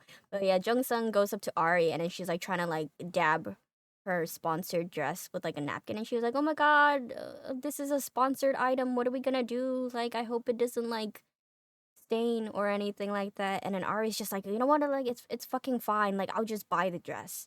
And then like at that moment, she like kind of like is shocked at what she just said herself, and she's just like she like dazes out for a second and then like walks out of like the clubbing area into like the hallway, and then she's like questioning herself at that moment, and then she's just like, did I really say that? Did I really just say I'll just fucking buy the dress? And she's just, yeah, she's like kind of realizing the change that's been happening to her, of just like she's becoming exactly like the girls that she hates. And um you know, these visuals are actually helping me remember more of the story now that I see like the dress and shit. Um, I don't remember. I remember this dress. Okay. So next in the story is so like after this like whole launch party business, she has her own official like little boutique of where she sells her own clothes now. And when she established her own brand, she actually got into contact with her dad's former employee, because like her dad used to be like a CEO and stuff too before he like died, and then her family went bankrupt and stuff, and she had to drop out of college. Yeah, I actually really like this like blue dress too. Oh, it's Miu Miu. Yeah, of course it's $1,000 top. I recognize this brand. I don't recognize this outfit. Okay, well anyway, so she has like her own little boutique now, and then um her factory is ran by the former employee of her dad, Mr. Park. Um so Mr. Park like goes up to her, and he's like he's super loyal. I love Mr. Park. Mr. Park is a great dude. Very sad what happens to him though. You'll find out soon enough. Um but yeah, Mr. Park, he goes to Ari and he's just like, "Oh, do you remember me?" And then like Ari's mom remembers him, and like they're all like super excited because they're just like, "Oh my god, like it's been so long since you've been like employed by the father slash husband." And and Mr. Park is just like, "Yeah, yeah, yeah, like it was such a shame what happened to your family, but like even when like your business was going bankrupt and stuff, like your husband like still provided like severance pay and like support for all of us employees and stuff like that. So then like we wouldn't be like completely broken losing our houses and stuff. And then like Ari's mom like fondly remembers the dad and it's just like, yeah, as expected of my husband, he's always been like that. Like he always like looks out for other people without even like regarding that he left nothing for our family. But like she says it like not in a hateful way, but she's just like, yeah, like my husband was the type of person to help other people out before himself kind of thing.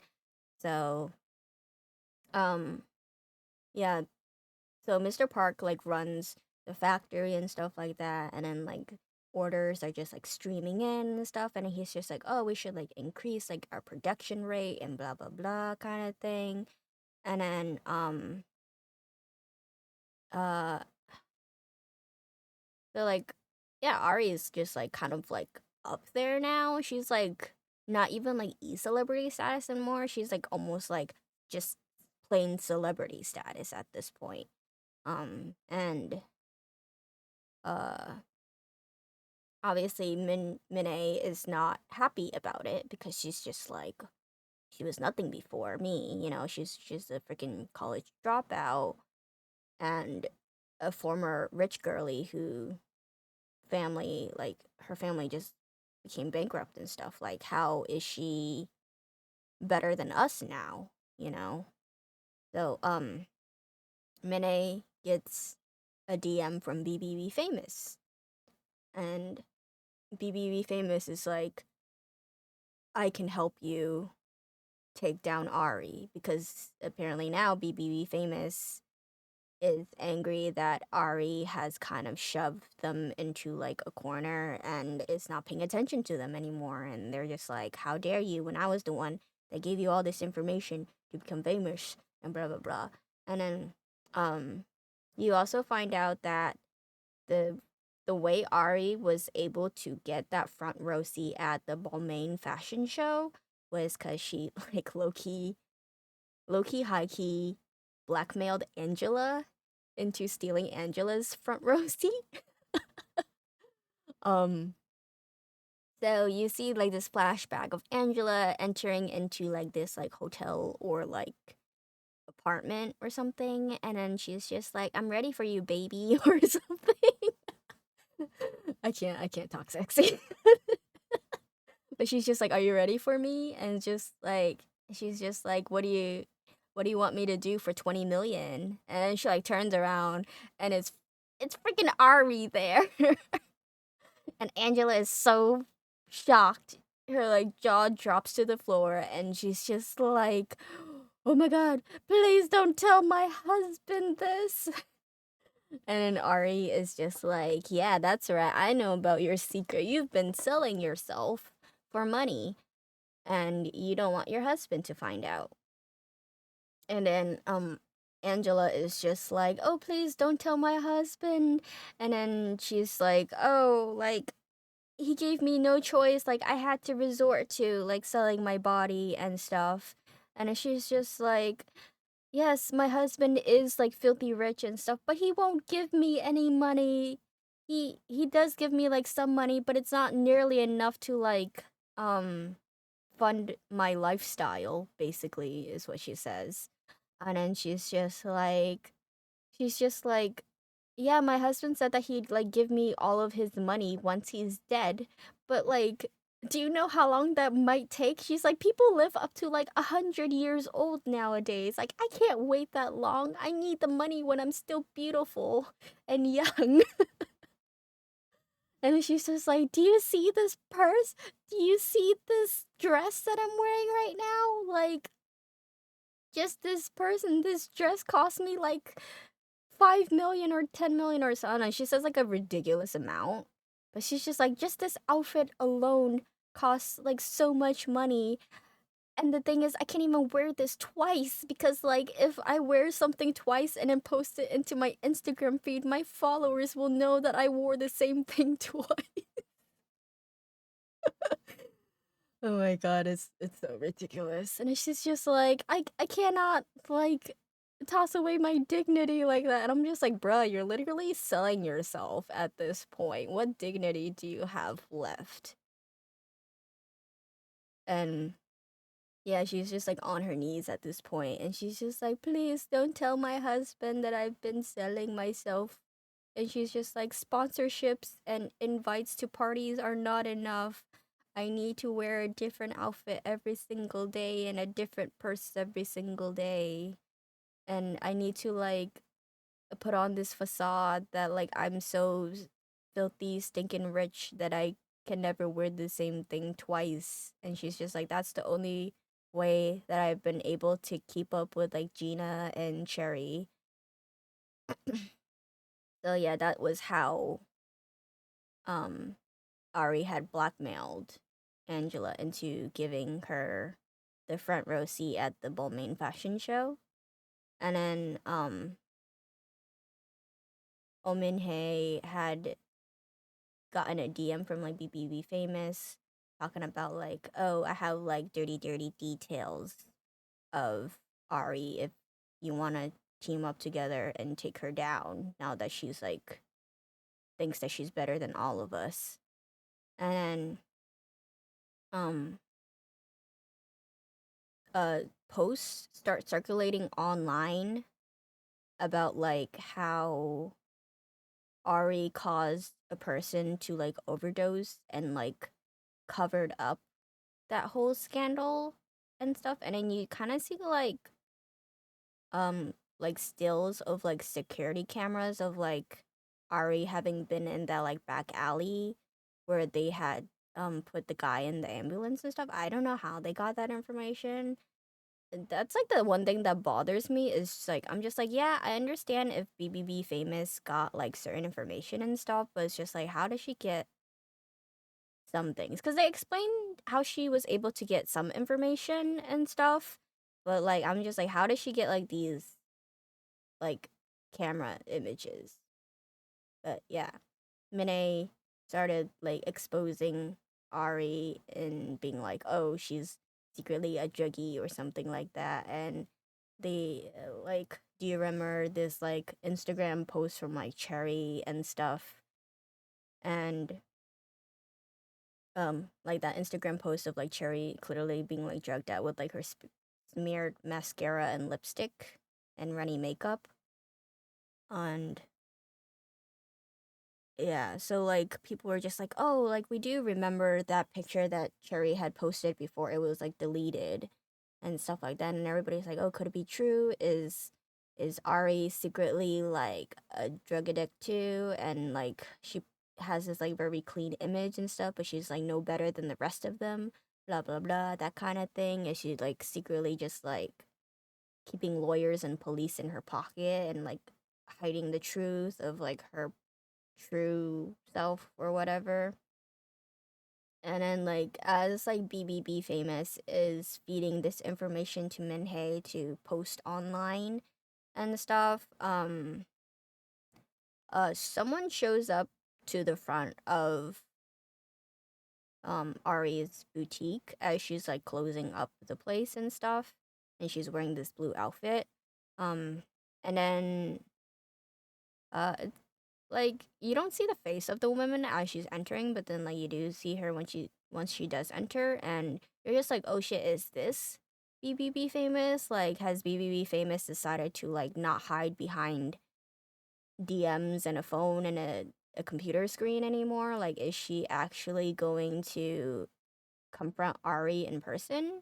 And then the woman walks in and like it's just like she says the same thing as BBB Famous, which kind of does mislead you into thinking that she is BBB Famous, but it's like at the same time she says things that are kind of very cliche of like, oh, I'm your biggest fan, we need to stick together kind of thing, that very cliched line. So she says the same thing to Ari, and then Ari like is just like, "Are you BBB Famous?" And then the woman looks like surprised, and she's just like, "What's BBB Famous?" She's like, I don't know who or what that is, but I'm Wang Rolan." And then Ari is just like, who's Wang Rolan? And she's just like, you don't know who I am? And she's just like, I was an e-celeb too at one point. And then you remember to like the very beginning of the drama where um remember how in the beginning I said that like her introduction into this whole e-celeb influencer world was the whole like scandal between like a cat fight between BB Mom and another influencer. The other influencer was Wang Rolan. So I guess it's like kind of full circle though. I don't know why Wang Rolan shows up there other than the fact that you're misled to think that she's BBB famous. But she literally serves no other purpose in the drama. She like disappears by the end of this episode. And but yeah, she's just like, "Oh, I'm Wang Rolan." And she's just like, "Oh, like you must have heard of me before. Like I used to be a famous East Lib myself and blah blah blah." And she's just like, "Oh, have you heard like BB Mom? Like BB Mom is like out of like she's like no longer in existence in this universe because like I heard that she got like a divorce from her husband after the whole like party scandal thingy where like she like poured alcohol on Ari and like pulled Minhei's hair from the very beginning where she was wearing that white Saint Laurent dress. And yeah, so she was like blacklisted from the entire E Celeb universe after that BBB mom. BB mom. Too many B's in here. BBB famous and BB mom. Um yeah, so BB mom apparently had gotten a divorce from her husband, lost all her sponsorships, lost her shop and everything that she ever wanted, and is just not in that e celeb circle or even on the internet anymore. And Wang Rolan is just like relishing in that fact, and she's just like, BB mom deserved it, blah blah blah. And she's just like, I know how you feel because like BB mom like tried to take me down too, but like I took her down first, and it's just like people like us gotta stick together, which like really makes Ari suspect that she's BBB famous, but Wang Rolan denies it. And then like after that like little confrontation and stuff, like Wang Roland leaves the shop, and then it's just like, okay, you don't want to take this like olive branch that I've extended to you, fine, be like that. I won't help you then. And um so Ari goes to like that coworker friend that was like keeping with all like the tea and stuff, and was just like, "Oh, you like remember that time where you had mentioned like Wang Rolan and BB Mom being in like that fight? What was like the details between them?" And the coworker was just like, "Oh, you mean that little like tuffle and stuff?" Like she's just like, "Oh, that's like nothing. Like BB Mom and Wang Rolan are like nothing now, both of them." Um, so yeah, Wang Rolo was basically like kind of pulling a bluff of just like, oh, I have deets that can bring them all down and stuff like that because like she herself is not great anymore because she also got exposed by BB Mom at the same time, so both of them are not famous anymore, honestly. Um and like the reason why they both had that whole cat fight scandal thing together was because like Wang Roland used to be like a loyal customer for BB Mom's boutique and would always like kind of like flaunt this wealth. Like you don't know where her wealth come from, but she would always like go into the shop and be like, "Oh, I'm like here to buy gifts for friends and stuff. Like I even brought a whole entire suitcase this time to like fill with things from your shop." And then like yeah, she would spend the money at like BB Mom's shop, but then like her other like luxurious items and stuff that she would like display on like her live streams or through like um her like Instagram posts and stuff like that with like her fabulous apartment and stuff like that. All of that was fake apparently. She was flaunting wealth that she did not actually have. And um yeah, she was like renting out goods and stuff, which I have heard that it's like a very popular thing to do for like Chinese influencers too. I've definitely heard of that before. So I'm not too surprised that Wang Roland did that. In terms of like Chinese influencers, I've heard that they kind of have like little like WeChat or like Weibo groups. It's kind of like Messenger or whatever, like or like Telegram group chats kind of thing. But like so-called influencers would kind of have like little group chats where they all have like a little money pool and then they all pitch in to like rent out a Ferrari for a day or like rent out an expensive hotel room at like a five-star resort or something for like an hour or a day or something. And then they will all take turns taking pictures with said Ferrari or said hotel room or said brand name bag or other thing that they all pull together to rent, and then they would like kind of display this fake wealthy life on the internet by working together and pitching in. So I guess like Wang Roland kind of did that, but like on her own, she didn't do it as like a little group thing. She would just like use whatever money that she did have to like temporarily rent out like expensive furniture and bags and stuff like that, and then create this like fake online rich persona of herself. And BB Mom exposed Wang Roland for being like this fake rich person by one day visiting her apartment, which is kind of stupid that she even gave out her address to BB Mom if she wanted to hide that fact.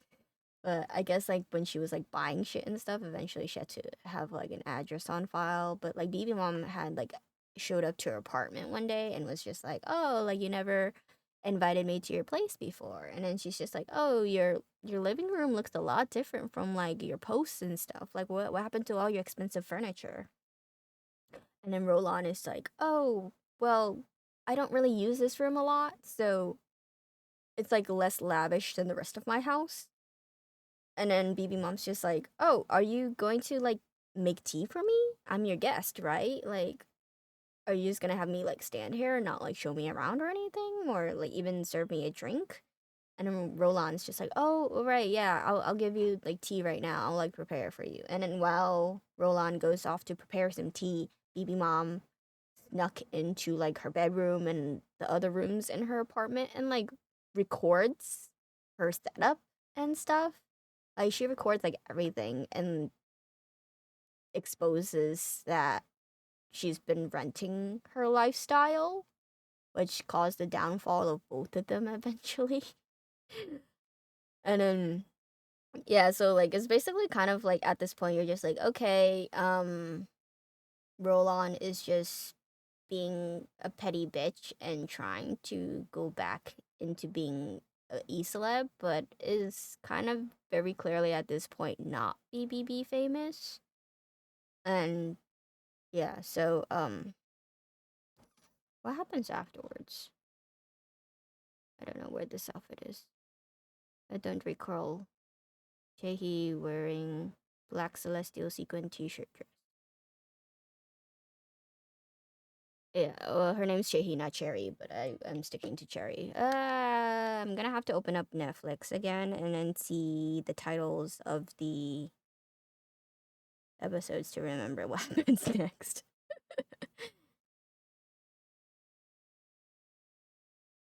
mm, I don't even know why this part of the story was even included in the drama because it's like such a like a tangent from like the main storyline that you're just like, did you just include this entire like side drama story just to kind of hint that this person might be BB famous but is not BBB famous?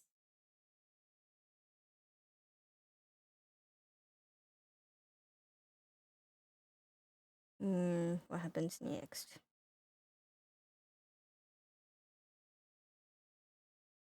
Okay, so I guess the next part is oh yeah. So Minhei throughout this little incident of like, oh, could this be BB famous? BBB famous. Um leaks the whole like drug scandal thingy online, but then it like immediately gets like taken down and stuff because of like Shihyun's lawyer husband who is doing like image control, whatever you call it. My brain is getting fried. um yeah, Shihyun's husband like sweeps it under the rug again because like if Ari gets exposed, they'll all get exposed and he doesn't want to risk it. So then he like hires all of these like hackers and stuff like that to like track down who the original poster was before it started like going viral and stuff like that. But all of them started getting deleted and stuff, and then everybody's just like, okay, since it got like taken down so fast, like maybe it was false or something. But like there people are still kind of like feeling very sus about it because there were like actual pictures of Ari from the nightclub. So they're just like, is it fake? Is it real? But it got deleted, so that means that like it must be like false, you know? And then like is Ari gonna like sue said person for like defamation if they found out who the original poster was and stuff like that. And then Ari like hears about the fact that this information was like posted online, so she is kind of like panicked and it's just like you know what, like maybe I have flown too close to the sun and like I need to like humble myself and maybe I should actually like go to the police. So then she does go to the police and then she gives her statement because like a police officer did go up to her before and then he was just like, "Oh, if you have any information about this night, um do contact us because like we um like yeah, this post itself might be fake, but there's some information that is kind of part of an investigation that we're going through. So we are investigating this because there is this guy that is from this club that has shown up dead. And then, but it's been written off that he self destructed himself rather than accidentally overdosing. So, but they're just like, it is kind of suspicious though. And his family said that he would never self destruct. So, we just want to hear like your statement if you did happen to be at the club at that night, if you might have seen this guy before, or if you might know any information related to this investigation.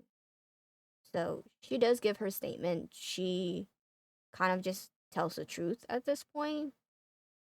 Like, even if it means that it's like her own downfall. Meanwhile, her stuff is like selling more and more on her shop, and she's getting more and more famous. But at this point, she's just like, fame is not even important anymore. What's like more important is that I maintain my innocence or something, I guess, and like just keep the part of me that I want to keep and not completely lose myself to this like fame and fortune. And so she gives this statement to the detective about what happened that night and how she like witnessed everything. But she's the at most she tells is like what she saw herself up to the point of the guy getting taken away in an ambulance. So she doesn't know what happened to the guy afterwards. But that's just like what she saw. So the police officer took her statement and then he goes to like his captain And then the captain is just like, delete all your notes and the statement that she just gave. And then the detective is just like, wait, what? Like, why are you making me delete this? Like, we have an actual witness statement. Or is this going to be like a closed case? Because are we just going to accept that the guy like self destructed? And then the police is just like, yeah, that's just what's going to happen. Just close this case. And then obviously you find out that this police captain is like in Taejung slash Sihyun's lawyer husband's pocket. And yeah, Taejun has been covering up this entire incident. And I'm trying to think. Oh yeah, Taejun eventually with his like little group of hackers does find out who the original poster was of like the whole incident, and he finds out that Minhei was the one that posted the story online first before it went viral. Like he like tracked down like her specific IP address and stuff like that because she is fucking stupid and did not know to like reroute her IP address and everything like that. Obviously, she just like probably posted it from her phone directly, and yeah, so she's found out by Taejun that she was the one that did it. So Taejun goes with like his little gang of lawyers to like basically threaten Minhei, and um he's just like, oh, like this like false information and like cyberbullying or whatever and blah blah blah. He like lists like a whole bunch of like different charges, but he was just like, yeah, you're gonna have like a minimum of 3 years in prison, not to mention you're gonna lose everything that you've worked for. So like 3 years of prison is like the least of your problems. And then he also like threatens her husband, who just so happens to show up at the same time. And he's just like, oh, I know everything about like your shady car sales business and stuff with like your luxury cars, and you'll also get like a minimum of like 3 years in prison, not to mention like you're gonna lose your entire car sales business. And so they're like begging to not be sent to jail and lose everything they have. And then he's just like, I want you, like, if you don't want to go to jail, I want you to go on a live stream and I want you to say exactly what I tell you to say. Um, Meanwhile, you do find out that, yeah, the said overdose guy did in fact die. He was in the care of Minnie's lackey. I see you're playing Dead by Daylight. It's fine. Yeah, just have me in the background. um, Hush. I'm glad that you're playing Dead by Daylight. I know how much you like Dead by Daylight. So, where was I? Yeah. So, Minhei's like lackey. Oh, Steam Deck. Yeah, nice. Um,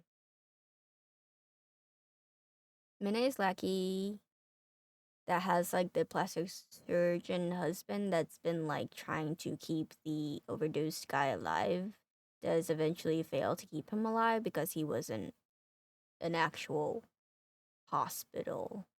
So he could only do so much before the guy did die, from lack of proper care. And yeah, they like hid it and stuff and then covered it up and then kind of made it sound like he self-destructed himself. So yeah, but then um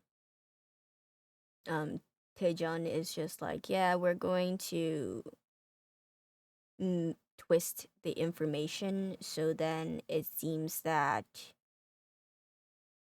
we ourselves are not related to any of this.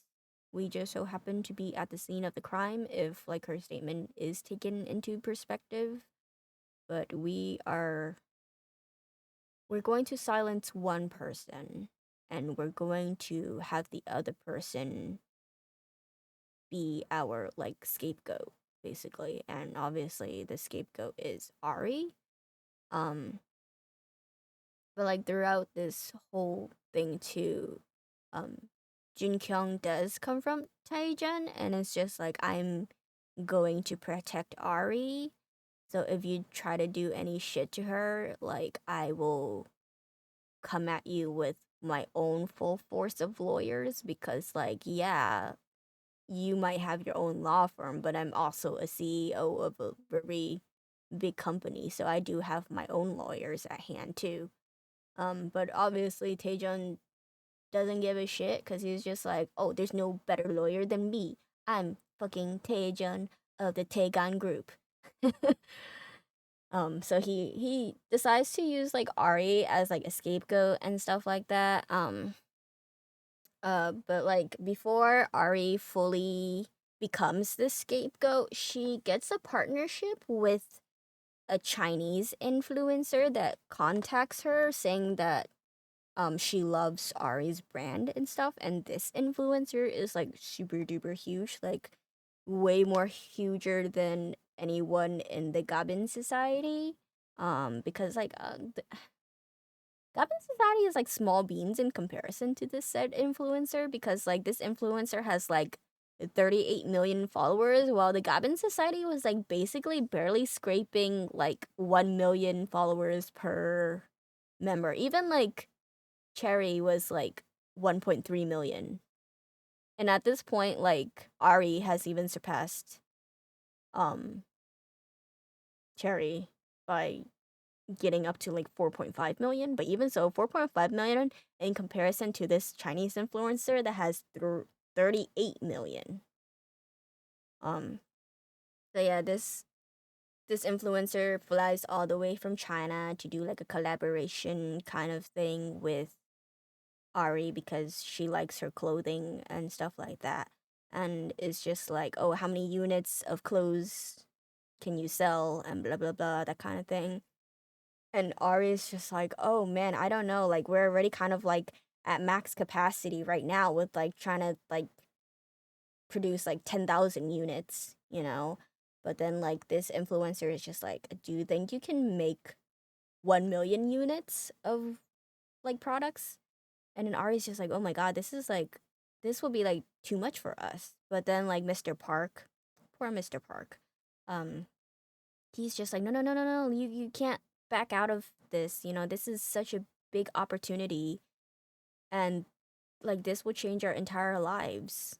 Like this will like be the one thing that finally like makes your brand pick up, and like we can be like it's not just a dream to be on the level of like Gucci or LV at this point. We can be the next Chanel or whatever. And like her mom like overhears the conversation and her mom is just like all for it. She's just like, yes, we could be the next Chanel if we wanted to.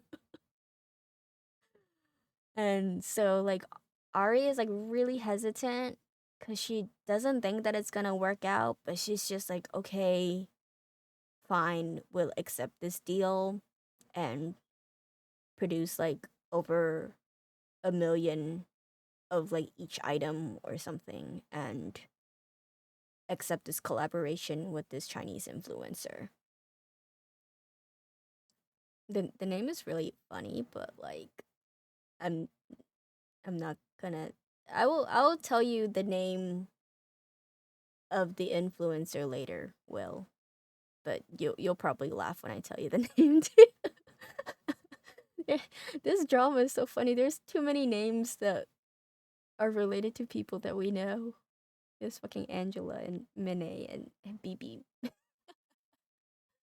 But yeah, I'll message you later the name. Um, but yeah,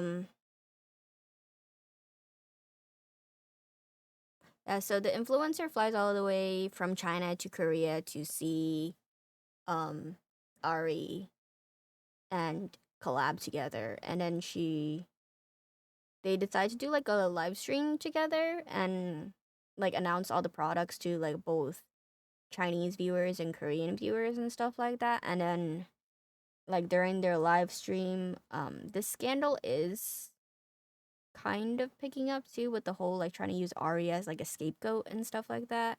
But it hasn't quite hit yet while they're doing their live stream.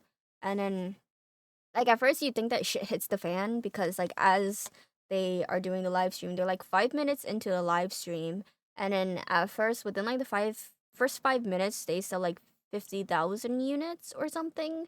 But then as they're going on during this stream, it's like stuck at 50,000 and they're trying to sell 1 million, you know? So they're just like, okay, something's really off. Like Ari's brother is like looking at all the numbers and stuff and he's just like, what? Why is it still only 50 million? I mean, 50,000.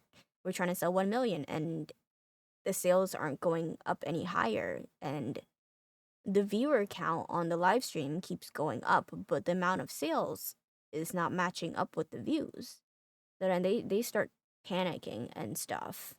And they're just like, oh, what's happening? Like, why are there so many viewers, but nobody's buying anything?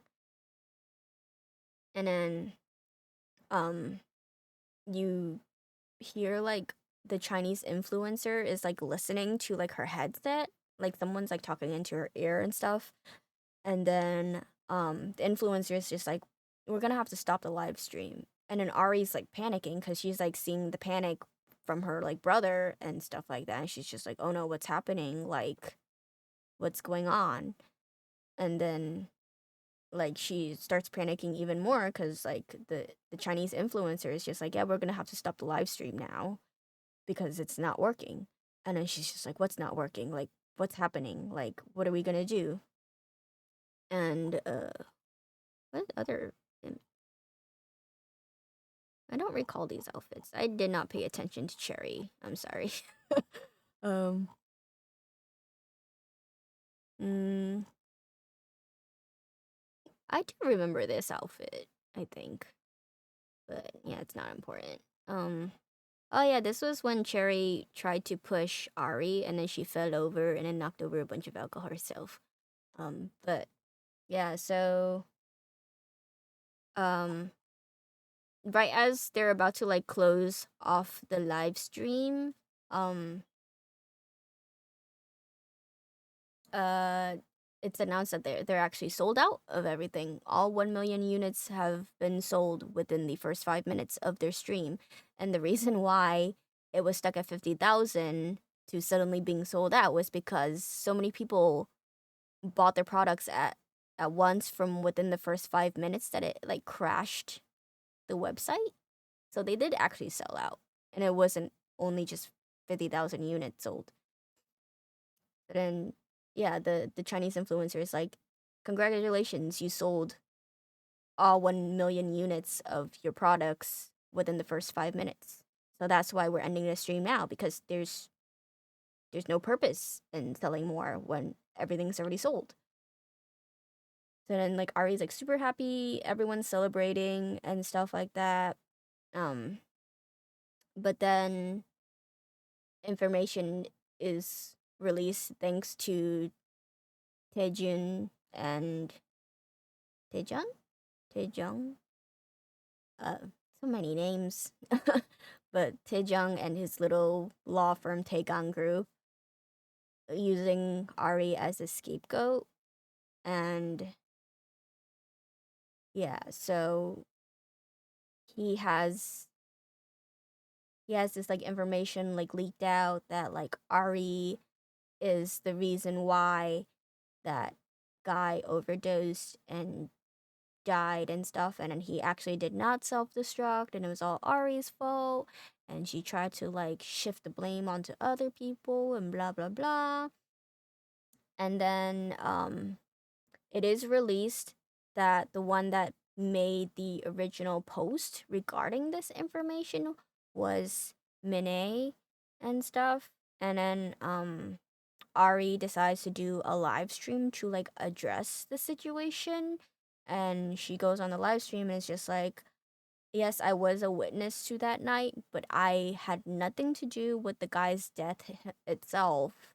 But like, I have gone to the police and I've given them my statement, and there should be like an investigation going on and stuff like that. But I wasn't even aware that Minhei was the one that like had posted this information, but like this information that she leaked out is incorrect. I was simply a witness. Yes, I was present at the scene and stuff, but in terms of like the drugs and what happened to the guy after he had left the club is like not related to me.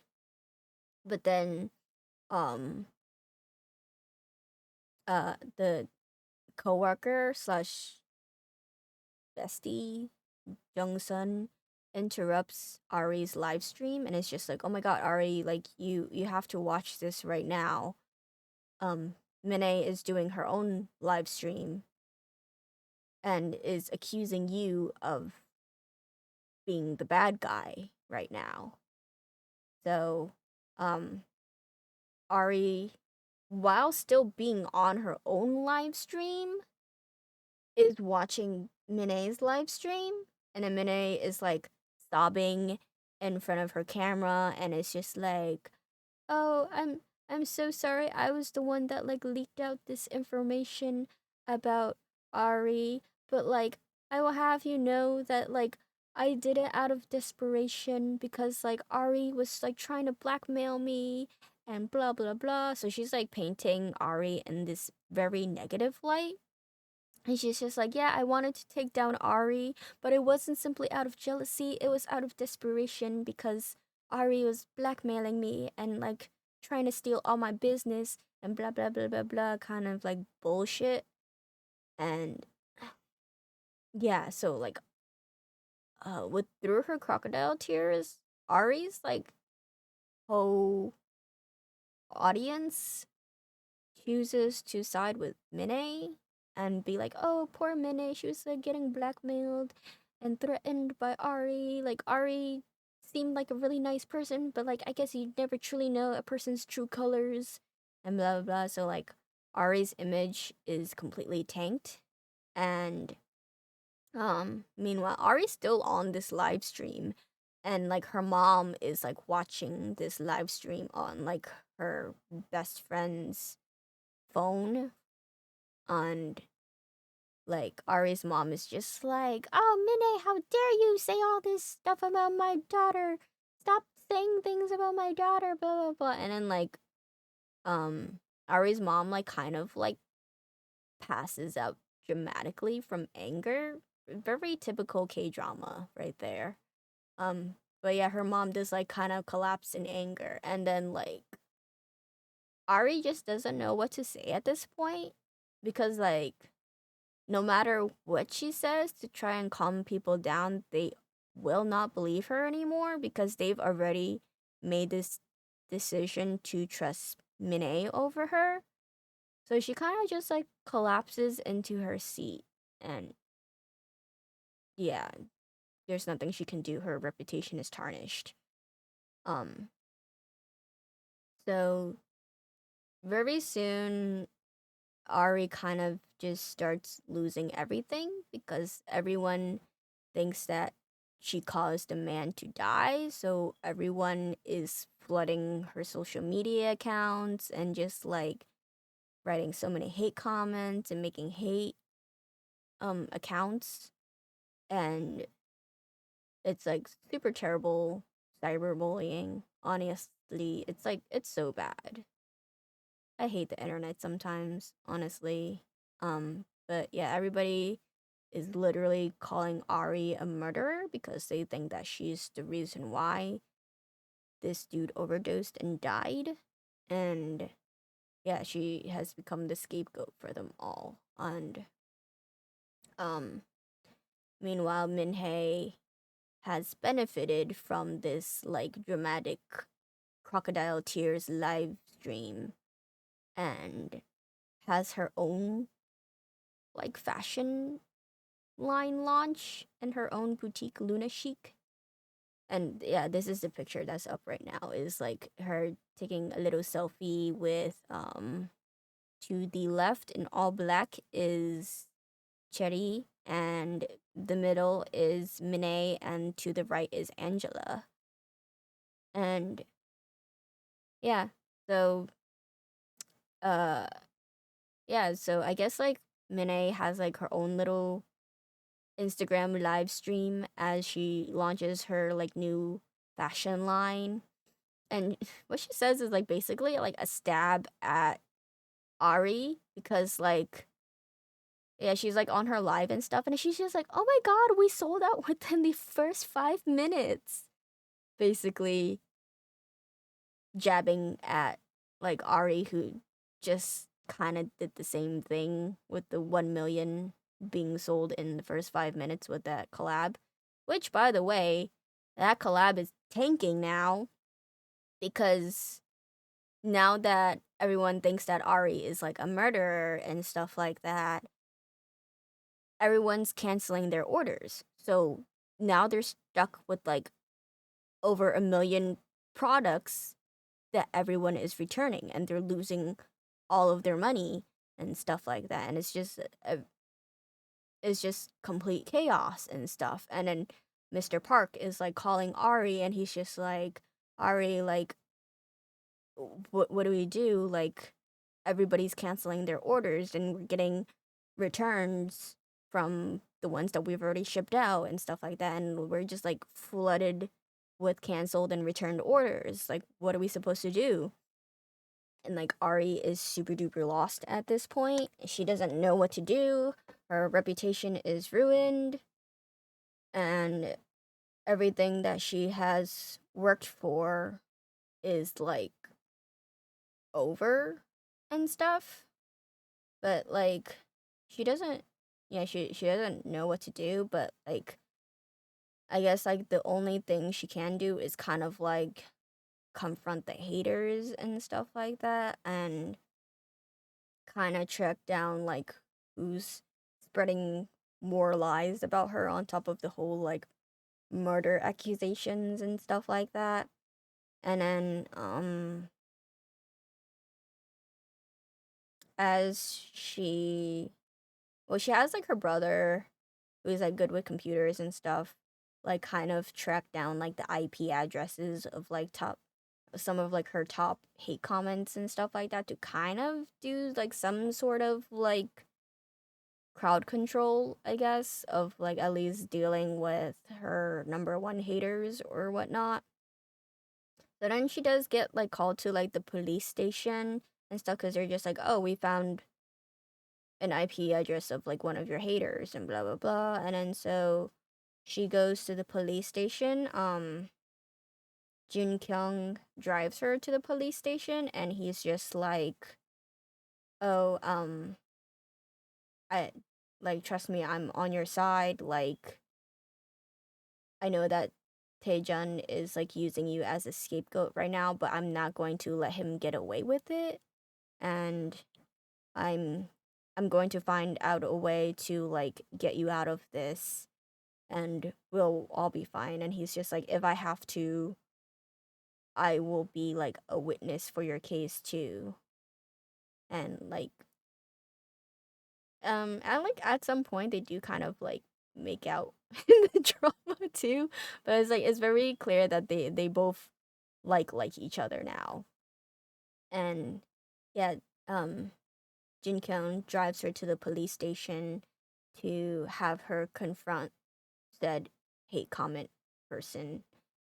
And then when she goes into the police station, he like texts her phone and he's just like, I would like to have dinner with you tonight if you don't mind. And then he sends the message. She sees the message, but when she finds out who her hater is, she kind of doesn't respond back to him. And it's very very Korean drama. But he gets into a car accident. Oh my god, this is so fucking So I mean, like, I thought that the whole drug scandal overdose thing was like a climax, but like, oh my god, this part was like a climax within a climax.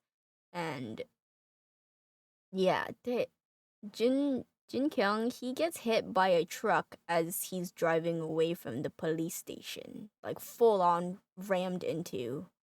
And you're just like, oh fuck, they were gonna get together. He was gonna help her, and he was going to like, they could have dated, you know? And then you get frustrated at that point, and I wanted to scream in a pillow.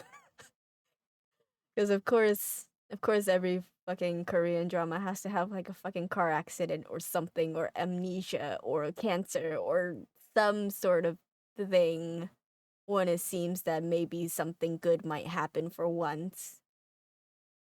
But life continues to give you very, very sour lemons.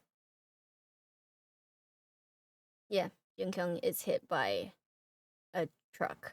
And Ari doesn't know at this point because she's still at the police station, and then she finds out that the person that has been caught leaving hate comments is actually her best friend, who is the coworker person, um Jung Sun.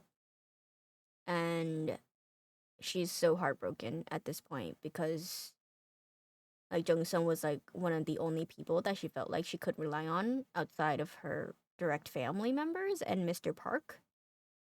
And she's just like, how could you do this to me? Like, we've been best friends for years. Like, we've been through thick and thin. We worked together. I helped you. You helped me. And, like, why would you do this to me? And she's just like, like, I've been in this, like, super deep depression for so long because of all of these hate comments, But like the only thing that like kept me through all of this was the fact that these people were most likely all just strangers who did not actually know me. But like, how am I supposed to go through this knowing that one of my top haters was someone that I had trusted? And the only thing that got me through was telling myself that they don't know me, but you know me and you still chose to hate me. Why would you do this to me? And I started tearing up at this point.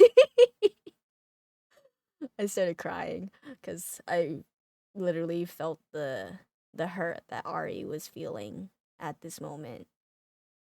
And Jung Sun is like trying to defend herself, and she's just like, oh, Ari, please, I didn't mean for this to like be so out of hand and stuff like that. And then she was just like, it was a stupid mistake on my part.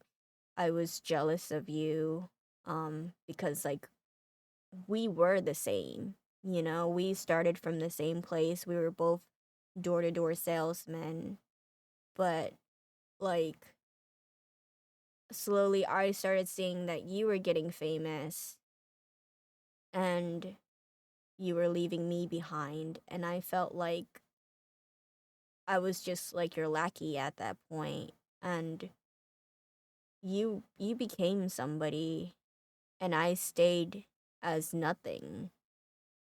And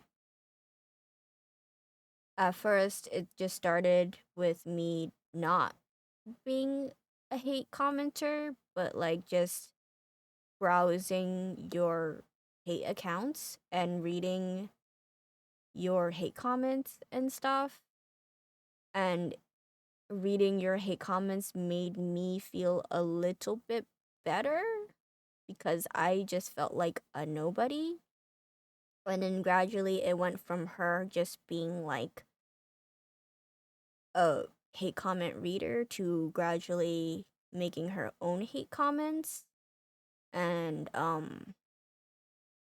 being to one of the top hate commenters because she's just like, oh, I kind of low key got my own taste of what it's like to be somebody, because like when I started making the hate comments, people would agree with me and side with me and upvote my comments and blah blah blah, and then for once I didn't feel like a nobody, and I felt like what I said actually like meant something, and then she felt like a somebody for that moment, but then it also made her feel really really bad because she felt like she was also betraying her best friend, which she was doing. And yeah, so at that point you kind of think that their friendship probably has ended. And then like Ari is just like so distraught at this point, so she walks out into like the hall of the police station. Like she doesn't even want to press charges against Jung Sun at this point because she's just like, yeah, our friendship is over. Like none of it matters anymore at this point. Like what am I even fighting for? And then she walks out into the hallway and she gets a phone call from somebody, and then she's just like, who did you say is dead? Then at this point, you're just like, oh shit, did Chung Kyung die? Did the car accident actually kill him? Or is this like, is it like coincidentally yet another person has died? But there's so much happening in like these last couple of episodes. I'm pretty sure this is like, from what I remember, I think we're like on the second last episode or the third last episode. There's 12 episodes total. But yeah, Ari gets a call that somebody is dead. And that's the end of that episode. And then you go to the next episode and then you see Ari showing up to the hospital. So you're just like, oh shit, is Jungkyung actually dead? And then Ari is like super distraught and she's just like, please, I need to see him. But then like the nurses are like, no, he can't have any visitors right now. Blah blah. He just got out of surgery, and you're just like, oh, phew, he's actually is alive. So who is the person that died? And um uh Ari is just like super distraught because like she's dealing with the fact that she kind of literally just accepted her feelings for Jungkyung, that she actually does like him, but I think I remember this outfit. This is like Mine's like workout outfit. But yeah, she's like very distraught, and then after she like leaves the hospital, she goes straight to like her production factory slash warehouse, and you find out that the person that had died is Mr. Park. Very sad. And she goes to the police station yet again because like her whole family is there. Her mom is crying. Her mom is just like, "Oh, poor Mr. Park. He was such a loyal employee, you know, like he worked for your dad and then he worked for us to the very end, and apparently he had self-destructed himself out of guilt." And then the police officers are like, "Yeah, there was definitely no foul play. He left a note for you," and he handed it to Ari. And well, it's like a note slash will, and he's just like, "Oh, I'm sorry, Ari. This is for you to read. Like I feel like this entire thing is my fault because I let greed get to me, and I pushed you to produce more than what you were comfortable with because yeah, we had this collaboration and stuff like that, and then you wanted to do like a max of like 10,000, but I was the one who was like too greedy and pushed you to accept the 1 million. And like we could have recovered if it was just like 10,000 units like we had agreed on originally, but like the fact that we're stuck with like 1 million units of items with like no light at the end of the tunnel is my fault.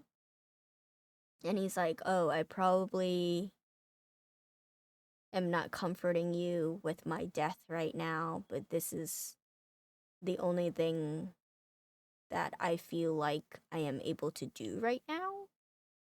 But then this actually makes it a lot worse for Ari because now Ari is painted in even more of a darker light by the internet because now people are calling her like more of a murderer because they already blamed her for like the guy overdosing, but then now they're also saying that she caused her executive manager to self-destruct also, and that she was like using her power over him to like push him to his limit and stuff, which caused him to do what he did, which is really sad because like he was like kind of like a father figure to her in a way, and he was like rooting for her and stuff like that, and it was really really sad, and I felt so bad at this point, and I was just like, do I want to continue? But I want to find out what happens, you know. And then it kind of like as this drama progresses, it like gets closer and closer to like present time because like I said, all of this storytelling is her doing a live stream so called from beyond the grave because apparently she had taken her own life 3 months prior to this live stream, and then suddenly out of nowhere she's doing a live stream exposing everything, and all of the girls from the Gabin Society and Taejung and everyone is like freaking out because like all their dirty, dirty little secrets are being revealed in this live stream. And then the police detective that initially had like taken her statement is now like investigating into all of Gabin Society and Taejung and Taegan Group, and everything is like falling apart for them, which is like kind of sweet justice at this point because they all definitely deserve it. And yeah, everything is like slowly falling apart for them. Like the plastic surgeon guy, he is being caught for like malpractice and like negligence and stuff like that because he is not an actual hospital but a plastic surgery clinic, and yet he tried to like help Taejung cover up the whole thing, and then the guy died because of like negligence basically from not being sent to an actual hospital. And yeah, and then Taejung is getting like investigated and blah blah blah, and then like um yeah, so it's like kind of like present day is like slowly catching up with like the past and stuff like that, and then at some point as you see that like Ari was like at this like peak of her downfall and stuff like that, Ji Hyun has had enough with her husband because she feels like her husband is the main reason for all of them having had their downfall, because like he just chooses to sweep everything under the rug when he could have like actually helped the guy to not die and stuff like that if he had sent him to an actual hospital.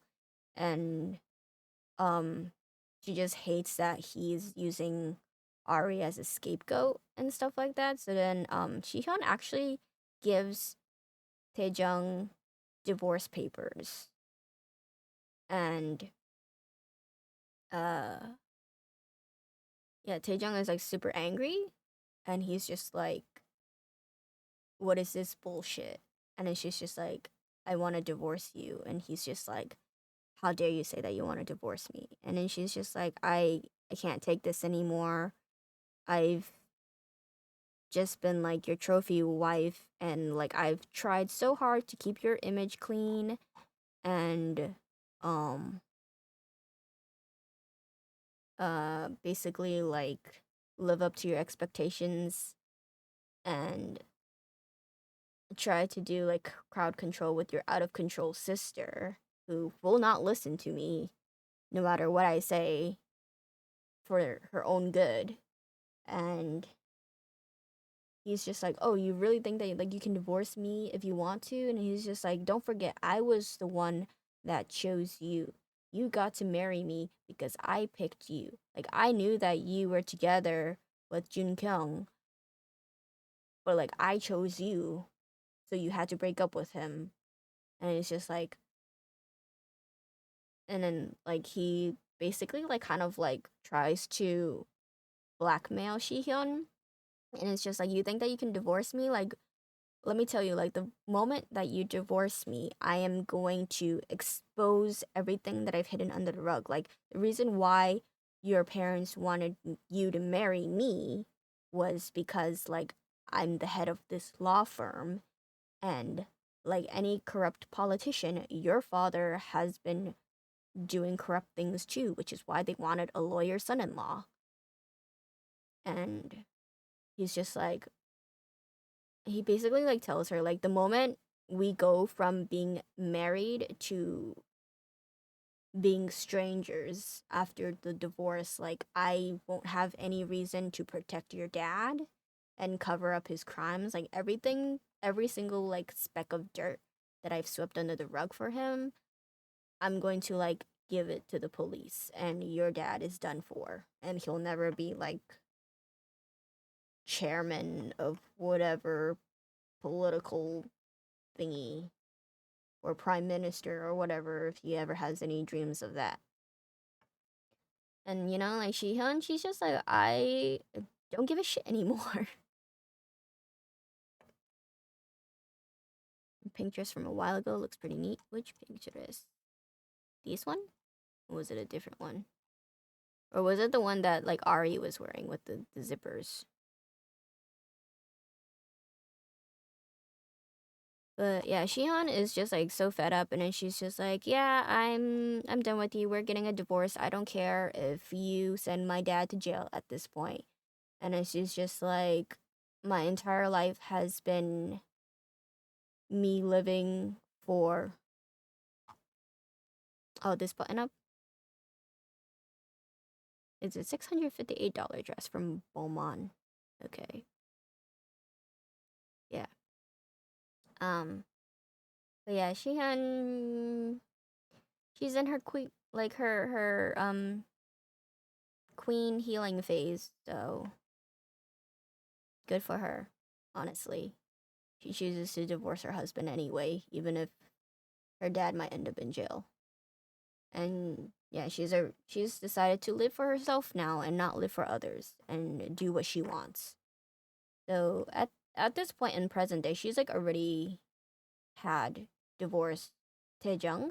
I don't know what happens to her dad. They never like touch on that too. I don't know if her dad actually does go to jail or not, or if Taejung was just like all all bark and no bite. Um, but yeah, Taejung is getting investigated current time for like covering up all of these scandals and being behind everything. And Mr. Plastic Surgeon is like packing a to-go bag of like he's trying to run away basically, and then he has his wife give him his passport as he's like trying to run away. But before he can run away, he is like caught by the detective who shows up at his office before he can run off. And the detective is just like, "Oh, are you about to go on a trip? I'm sorry to tell you, you can't go. You're stuck here because we have to investigate you now for this truth that has been going on this live stream." And meanwhile,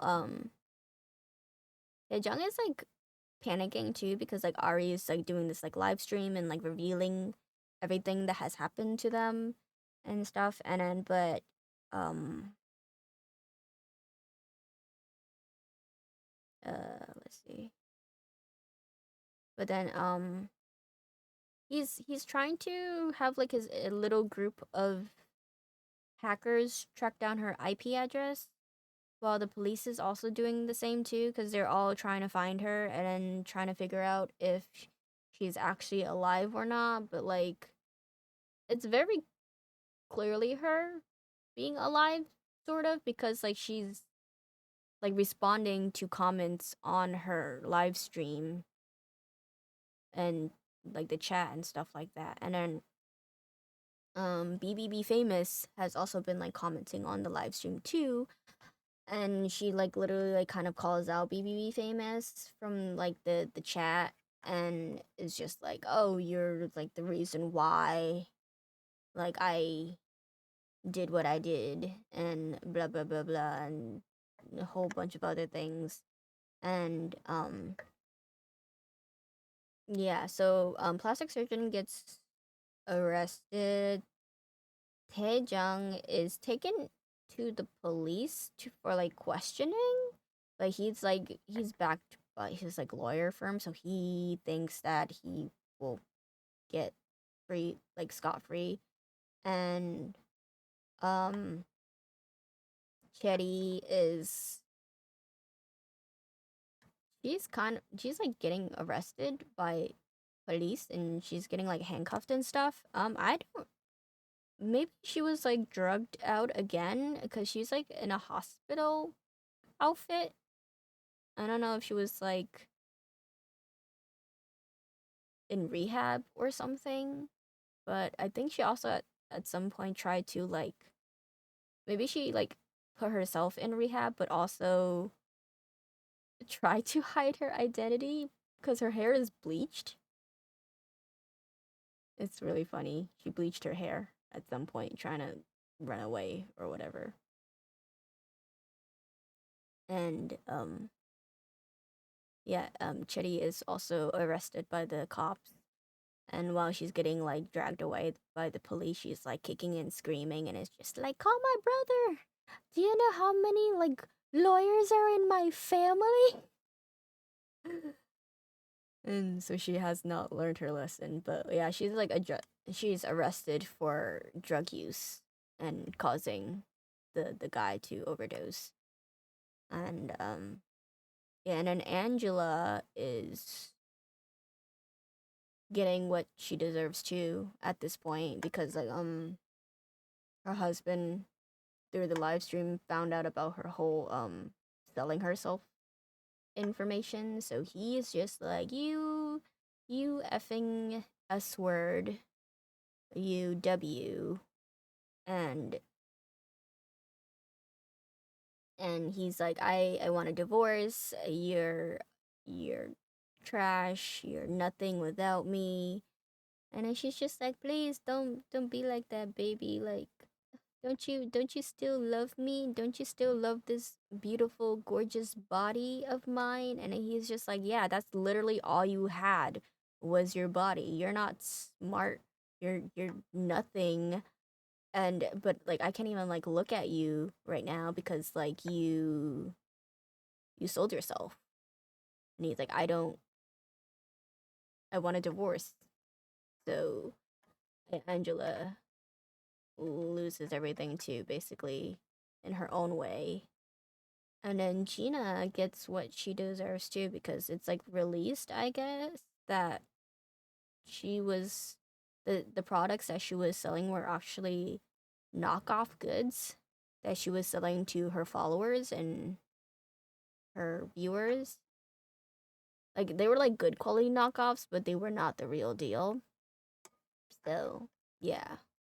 So Gina's get caught, Angela gets caught, everybody gets what they deserve. And then we get to Mine, her downfall. So Mine, she has been like revealed to be like this whole reason why everything like blew up and stuff, and that she's a liar, and she's getting like taken down too, and she's well, in this screenshot, you can see that she's like trying to grab all of her brand name bags and stuff because her and her husband are trying to run off and escape the law. And her husband's just like, don't bring anything, just like bring a shit ton of cash, and we're running away. And then she's just like, but I can't leave my bags with behind. All she cares about are her bags. She's like, I can't leave all of my things behind. I can't just run off with like wearing nothing. And then Miss Lackey, whose husband was the plastic surgeon, shows up at Minae's house, and then Minae's just like, how did you get inside here? And then Miss Lackey is just like, are you serious? I thought we were best friends. We're close friends, right? That's why I know your house passcode. Cause like in Korea, they have like the fancy doors that have like number codes to let you in. Um, so that's how she got in, was because she knew like the code to Minae's house entrance, and she's just like, were you really the one who released the information? She's just like, my husband is getting taken to jail now. My family, my child got doxxed because of your posting trying to like bring down Ari, but like by bringing down Ari, you released information about my husband being like the surgeon and stuff, and you caused my family to be in ruin. And then she's just like, don't even try to run away right now because like I've already called the cops. You're not gonna escape. So yeah, Minnie also gets caught, and they all go down together. And then Taejung, he does get like his hacker to find out the location of where the live stream is happening. And apparently it's been like rerouted like crazy because it's been like, rerouted to China, Malaysia, Indonesia, and then like, but like it eventually leads back to the live stream happening in Seoul, Korea itself. And then so they get like a general location, and then Taejung has his like little lackeys and like the club owner go to that location to try to find Ari doing her little live stream, and they want to silence her basically.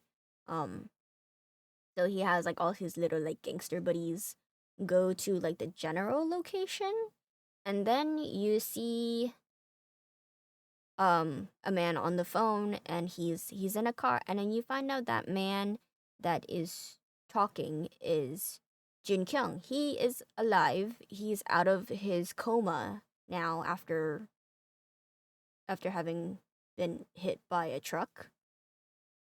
And you you're like relieved, I guess, at this point that he is actually alive. And um yeah, he's alive and well, and he is talking to the same hacker that apparently was trying to track down the IP address for Taejung as well. But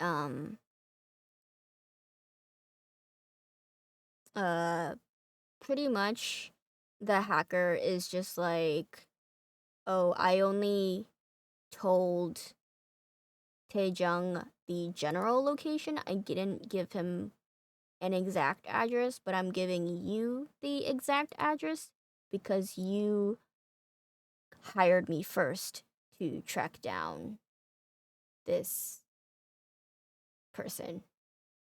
So, the police, Taejung, and Jim Kyung are all going to the exact same location, but the police and Taejung's little gangsters are going to like the general area versus Jun Kyung having the exact building where the live stream's happening. So Jun Kyung is like knocking at the chains that are like locking the door to enter this said area, and then you see like the back of a person's head, and it's like the short bob cut. So you're just like, oh shit, that really is Ari. And then she's like still on her live stream and like telling her little story, and um you can hear on her live stream like the chains rattling as like Jun Kyung is trying to um break the door down. And then he eventually breaks the lock, and then he enters in there, and then what he sees is like kind of surprising. It's not Ari streaming at all. It's actually Jung's son, the coworker friend who became the hater, but is very clearly not a hater anymore. Well, she's like regretted being a hater. So, she's the one that's been on the live stream this entire time, and she's been using like a deep fake technology this entire time with like Ari's face and voice over her face and voice. Um, so yeah, it's revealed, and you're just like, oh shit, is Ari actually really dead then? And mm,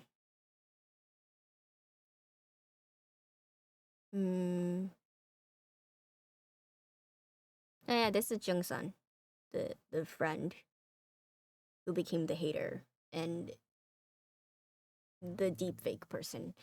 So yeah, so it's revealed that Jungsun is the one behind the live stream. So she's like taken in by the police, and uh she's taken in with Ari's younger brother. Like I said, he was the one that's like good with computers and stuff like that. So he was the one behind like getting the deepfake technology for this live stream, and him and Jung Sun like teamed up together to expose all of these bad rich people. And like literally the only one that seems to be safe right now is Jung Kyung and Hyun, who are like the only good people within that circle because they haven't been arrested, but everybody else literally has been, or are trying to go on the run or divorced. um, yeah. So yeah, they're taken into the police, and the police is just like, why did you do this? And they're just like, oh, we wanted justice for Ari. Like we witnessed everything that happened to her, and like what she got, like she didn't deserve. And then the brother is just like, I can't forgive all of them for what they did to my sister. And they were just like, he he's like, he doesn't believe that Ari is dead, because like it is revealed that Ari had supposedly tried to self-destruct by running her car into a river. But they were just like, I don't believe my sister's actually dead though, because like my sister, they found her car, but there was no body in it. And he's like, I would like to believe that my sister is still somewhere out there, but it had just, because her reputation was like tarnished and stuff, she just couldn't come back out of hiding, I guess. And so he's in belief that she's still alive. He refuses to believe it. And so the police are like very confused. So they're just like, is she dead? Is she alive? What is going on? And then at some point before Minnie had gotten caught, she actually went to visit someone in jail. And apparently, Ari's mom was sent to prison within that like 3 month time span. Because I guess Mine had like did the same thing that she did with Ari's former beauty cosmetics boss, and like reported her for like tax evasion or something. So Ari's mom is in jail for tax evasion because Mine had reported her, and Minnie went to the prison before she got caught herself, asking, trying to ask Ari's mom where Ari was because she wanted to like track her down also. So she was just like, "Oh, do you know where Ari is? Like, do you remember me? I'm Minnie. I'm Ari's bestie from high school." And then the mom is like super duper pissed off. Yeah, it is really messed up. And yeah, the mom basically like blows up at her and she's just like, "I should kill you and chop you up into a million pieces for what you did to my daughter." And she's just like you're the one that caused my daughter to die in the first place. Like you're the reason why I'm in here. Like, do you know how hard it was for Ari? She had to deal with like Mr. Park's death and Jun Kyung being in a coma, and then on top of that she had to watch her own mother getting dragged off by the police for tax evasion and blah blah blah. It's all your fault that my daughter's dead. And then so like Minnie is just like, "Oh, is Ari really really dead?" And then at this point, like you as the audience are like low key kind of convinced that like maybe Ari actually is dead and she's only getting justice after death through the help of like said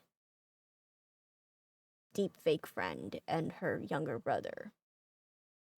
But then like as this is all happening too, Shihyun receives a text message. And then you're just like, okay, is this like another flashback and this is not actually Ari or something? Like, what is going on? And like, Shihan gets a text message, and the text message said, "This is Ari. Can we meet?" And it cuts to the next episode. So this is the final episode, kind of. I mean, like, I haven't really been saying the story in order. Like, everything is like kind of just jumbled into my head, but like it's it's getting wrapped up now basically. So it like cuts to this random girl and then you're just like, "Oh shit, is this like another new character?" But it's the last episode. Like why would you introduce like yet another person? But then like you feel like this person's kind of familiar, like you've seen this person like maybe in the background or something, or like has shown this person but you don't know because like this person's like a nameless person at this point, and you're just like, where's the story going now? Like, this is like peak climax moment. Like, all of the baddies are going to jail and getting caught and blah blah blah. So, what does this person have to do with the story? Like, why is this like random story get like inserted in the last episode? Um, and then it's just like this like girl dressed up in like luxury brands and stuff, and then she goes to a cafe with like a group of friends and stuff, and then this group of friends is just like, "Oh my god, like have you heard of like So Ari, and like do you have you heard about like her live stream and blah blah blah." And then she's just like, "Oh, I'm not too familiar." Well, her name is like Unche or something, but she's just like, I'm not too familiar. I was recently in Madrid or something. I don't know. Fucking rich people. I hate them. I hate rich people. She was just like, "Yeah, I just recently came back from Madrid and like, yeah, I have social media, but I'm not like too into social media. I don't like putting my personal life out there. Blah blah blah." And she's just like, "Oh, but like, what are you guys talking about? Who is this like so RE person? And like, why is this such a like a big deal right now in the news?" And they're just like, "Oh my god, like sorry, like just revealed all of these dirty, dirty secrets of all of these e-celebs, and the the law firm owner of the Taegang group is going down with them and blah blah blah because he's the one that's been like covering up all their dirty secrets and like bribing police chiefs, captains, whatever, and stuff like that. And like he's going down with them along with the plastic surgeon and blah blah blah. And then he's like, "Oh my god, That's totally crazy. And she's like, this is why I don't like social media, blah, blah, blah. And you're just like, okay, what's the point of this entire conversation? This is like major sus. Like, why is this like so focused on this one random girl who looks kind of familiar, but you can't really put your finger on who she is? Like, when has she shown up? Because her face is really familiar, and you can't really decide if you've seen her from another Korean drama or if she's been in this drama. But yeah, um, and then um, but yeah, like one of the people that she's talking to is just like, you know what? I went to law school with like Taejung, and like I'm not surprised that he did all these things and blah blah blah. And then like eventually it like cuts to nighttime, and then she's like in a taxi. This like random unnamed girl. I mean, well, her name is like Unche, or but you're just like, okay, where is this going now? This is like the end of the drama. Why is she here? Why is it so focused on her? And then Unche is in a taxi, and this guy is driving her, and he's just like, wow, this address that you gave me is like, I forgot what the location was, but it was just like, oh, this is like a really like snazzy upscale place. Like, you're so young and you live in such an area. This is like super expensive. I heard that like apartments here or like condos here that are just like 2 bedroom cost like a minimum of like $3 million or something. And then she's just like, I don't know about like the poor units in this building. I'm like, what? Excuse me, bitch. Called me poor from the TV screen. And she's just like, yeah, I don't know about like the lower units, but like I live in a 6 bedroom unit in this condominium place apartment thing.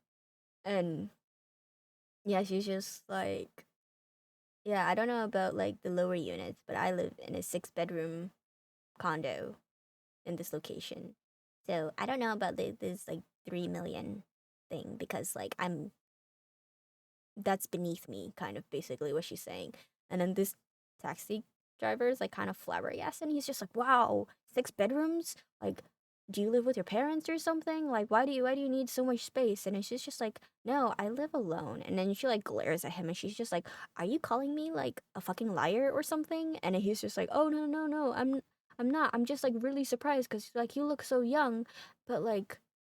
You have this like fancy schmancy apartment apparently, and oh yeah, Angela has the same phone as me in a different color. But well, maybe she has like the model above mine, but that's definitely not the Z Flip 5 cuz if it was a 5, it would have the entire um the front screen thingy would be like bigger. So it's either same model as my phone or it's the Z Flip 4. But she has the lilac version of it. Yeah. Oh yeah, her fashion is like up there too.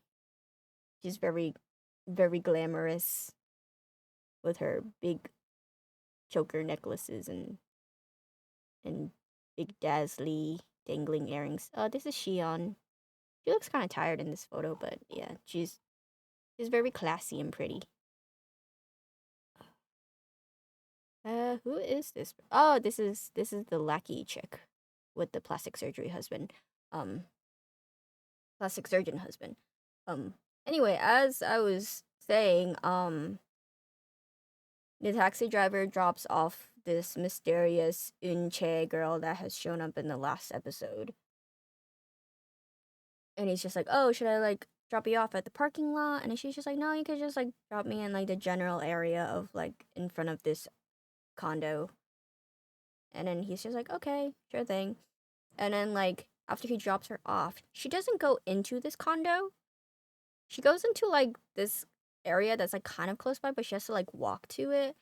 And you clearly see that like everything that she said in this taxi ride is very much a lie because the area that she goes into is like a very like it's like ruins basically. It's like a construction zone almost. Like all the buildings are getting like torn down and it's like super duper like not glamorous. The complete opposite of what she told the taxi driver. So you're just like, okay, is she like another fraud like Wang Roland was? You know? And um yeah, you see her like enter into this like very very like broken down apartment, if you can even call it an apartment. It's like a friggin' really really dirty place. There's like her house looks like a hoarder house kind of, but it's like not really a hoarder house because she's not like hoarding anything, but it's literally filled with trash and it's still gross. There's like cockroaches everywhere. There's like chip bags and convenience food trays and takeout thingy just like littered everywhere. And there's like cockroaches scrambling every single corner of this apartment at this point. And you see that she doesn't even have like any furniture really. Like literally the only thing that is in there other than trash is like a table and a computer. And you're just like, oh, okay, what's going on? Maybe like one brand name bag in the corner or something. But it's just like, what is this? Like, who are you? Why are you pretending to be rich? What is going on? And then she turns on her computer. She logs into Instagram. And the username that she logs into is BBB Famous. Yep, this mysterious woman is BBB Famous. But you're just like, who is she? How does she get all this information to like feed to Ari, but then also expose Ari with like somehow she's connected to all of them. Like, is she simply a hacker or like why does she hate them so much? Like, why does she hate all of these like elite people? I mean, like, I understand why she hates Gavin society, but why does she hate Ari? Like, what does she have against like all of these rich people in the first place? And then you find out her identity. She is the masseuse. She's been in the background throughout this entire drama with every single massage spa appointment that Gavin Society has been at. She's been massaging them, doing their facials. Her hatred has been growing slowly. And yeah, she hates them so much. And apparently, Unche is not even her real name. Her name is like, I don't remember her actual name. But her name is even a lie. Okay, she lives a completely opposite life out of her work. And she's BBB Famous. And it turns out um that throughout this entire time for probably like literal years, she has been turning her like phone recording mode on during appointments. Oh yeah, this is when Mr. Plastic Surgeon got arrested with his like getaway bag. And that's like the detective and the wife in the middle. And yeah, so you're just like, oh shit, is BBB Famous finally gonna get caught and stuff? And then but like when she logs into her Instagram account, she like browses the internet because she's like she's like heard about the live stream about like how Ari was like exposing everyone and stuff like that, and but like she's also kind of shaken up because she knows that she's part of the reason why, well, she's definitely going to be part of like Ari's revenge. So she's like very nervous. I guess they don't actually show her because she's not significant enough or has enough outfits to show up here. The Miss Masseuse lady. Um, but yeah, yeah, she shows up to work the next day after being on the internet for a bit and then finding out that the whole live stream was through a deep fake. So she's like relieved and she's just like, oh, okay, so Ari is actually dead. And then she like kind of like laughs to herself. She's like, she's lost it.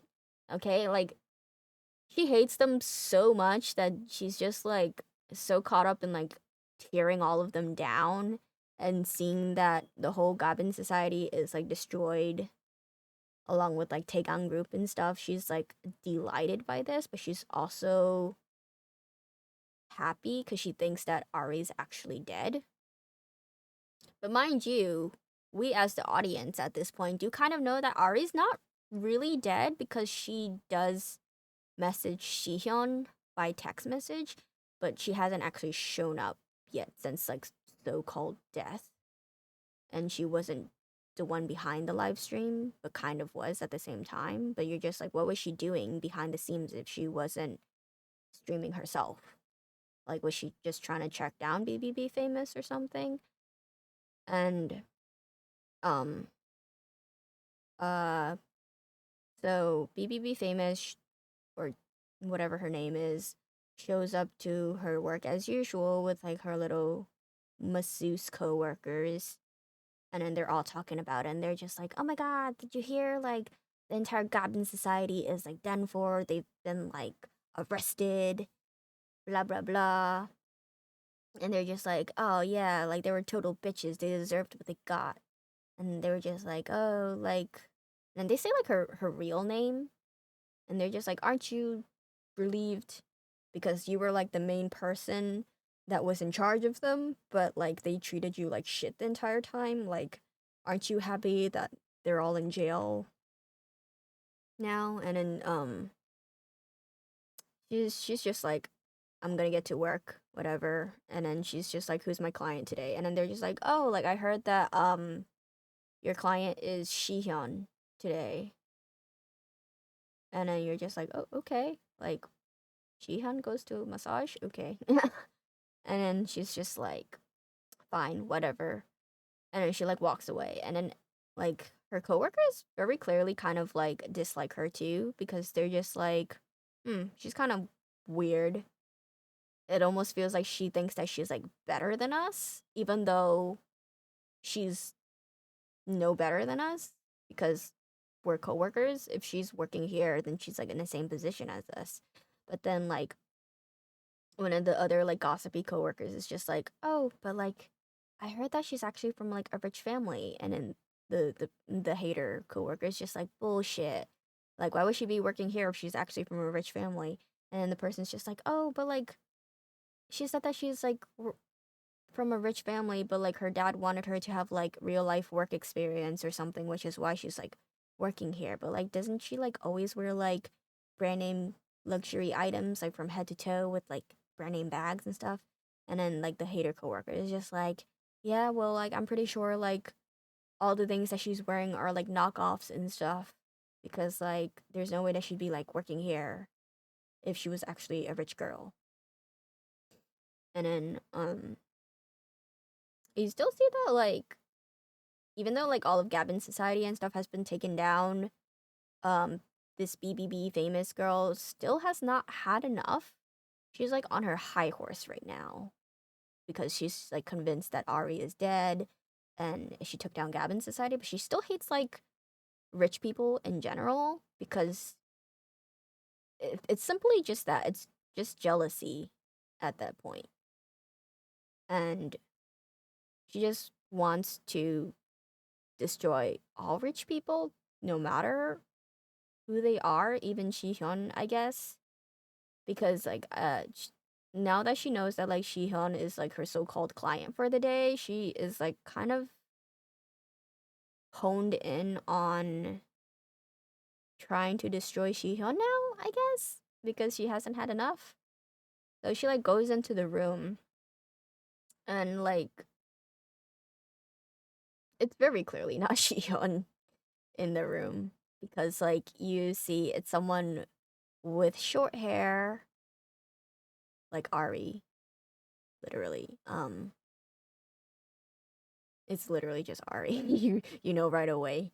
Um, but she has like a baseball cap on. She's like wearing all black, black baseball cap, black mask over her face, black sunglasses.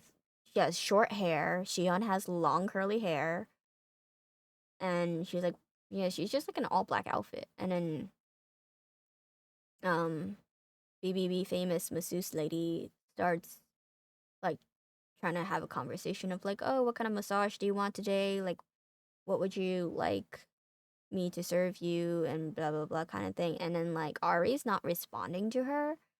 And then BBB famous is like getting pissed off because she's just like, oh, just another rich lady who doesn't have like decent courtesy to even talk to me and probably thinks that I'm beneath her as I'm literally about to like wash her feet too. So it's just like, oh, she probably just like sees me in the same light as all the other people and stuff. And then she's like full of like this hate inside of her. And then Ari finally speaks up and she's just like, do you not recognize me? And then like after hearing her voice, BBV famous is like shocked and then she like looks up and then she realizes that it's Ari and she's just like, what are you doing here? You're supposed to be dead. Like how are you alive? You're supposed to be dead. It was released that the whole live stream was like a deep fake. You shouldn't be alive. Why? How are you here? And then she's like panicking, and then she pushes Ari to the ground and like knocks over some like essential oils and stuff with her to the ground, and then like runs out of the room. And then but Ari's like in cahoots with like Shihyun at this point, so Shihyun was like out in the hallway and like sees the masseuse run out of the room and she's scared about like what happened to Ari because like she heard like clattering of the essential oils falling to the ground. So she like runs into the room. Ari's fine. She just like, got knocked down is all. But yeah, they all chase after the masseuse girl who's like she goes into like the locker room and then the other masseuse ladies who are like still in there after having their little gossipy conversation are just like, "What are you doing? Like, it's work hours. Why are you trying to grab your bag?" and stuff like that. And then as she's grabbing her bag, like two cockroaches come out of her bag, which I guess is like some sort of like metaphorical, like, oh, her all of her lies and deceit are being uncovered, and like her true ugliness and dirtiness of the cockroaches are coming out. But yeah, the two cockroaches come out of her LV bag, her fake LV bag, and the other masseuse coworkers like scream and they're like, "Oh my god, kill the cockroaches!" And then like they run away from the room. So it's just Miss Masseuse, Shihyun, and Ari left in the room. And then Ari like goes up to her and she's just like, "Why did you do all that? Like, we know that you're BBB famous. Like, we investigated you. Like, you go by the alias of Unche, but that's not even like your real name and stuff. Like, why do you feel like you have to like live this like false life? And why do you hate everyone so much? And like, how were you able to just get all of this information about all of these people? Like, who are you?"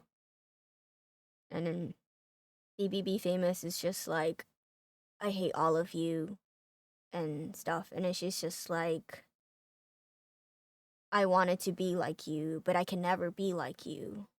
She's just like, "I thought you of all people would be like just like me because you and I were both poor, but for some reason you were able to become famous while I'm still like stuck here being a nobody." And she's just like, I grew to hate you as well because like we started from like literally the same place and then somehow you crawled out of it and then I just hated you and felt jealous of you and stuff. And then she's just like, "Oh, I hate them so much because like they make what I well, like they spend what I make in a single month on like a single lunch basically. And she like vents about how much she hates them and how much they spend, how like money is like literally nothing to them, and then how she wanted to live that life but she could never live that life and stuff. And then she like throws her heavy knockoff bag at the window and somehow shatters it, which that that's like not good in terms of like the building construction in general. I feel like you shouldn't build windows so flimsy to the point that a bag could shatter it. What's in her fucking bag? Like, was it like filled with rocks or something?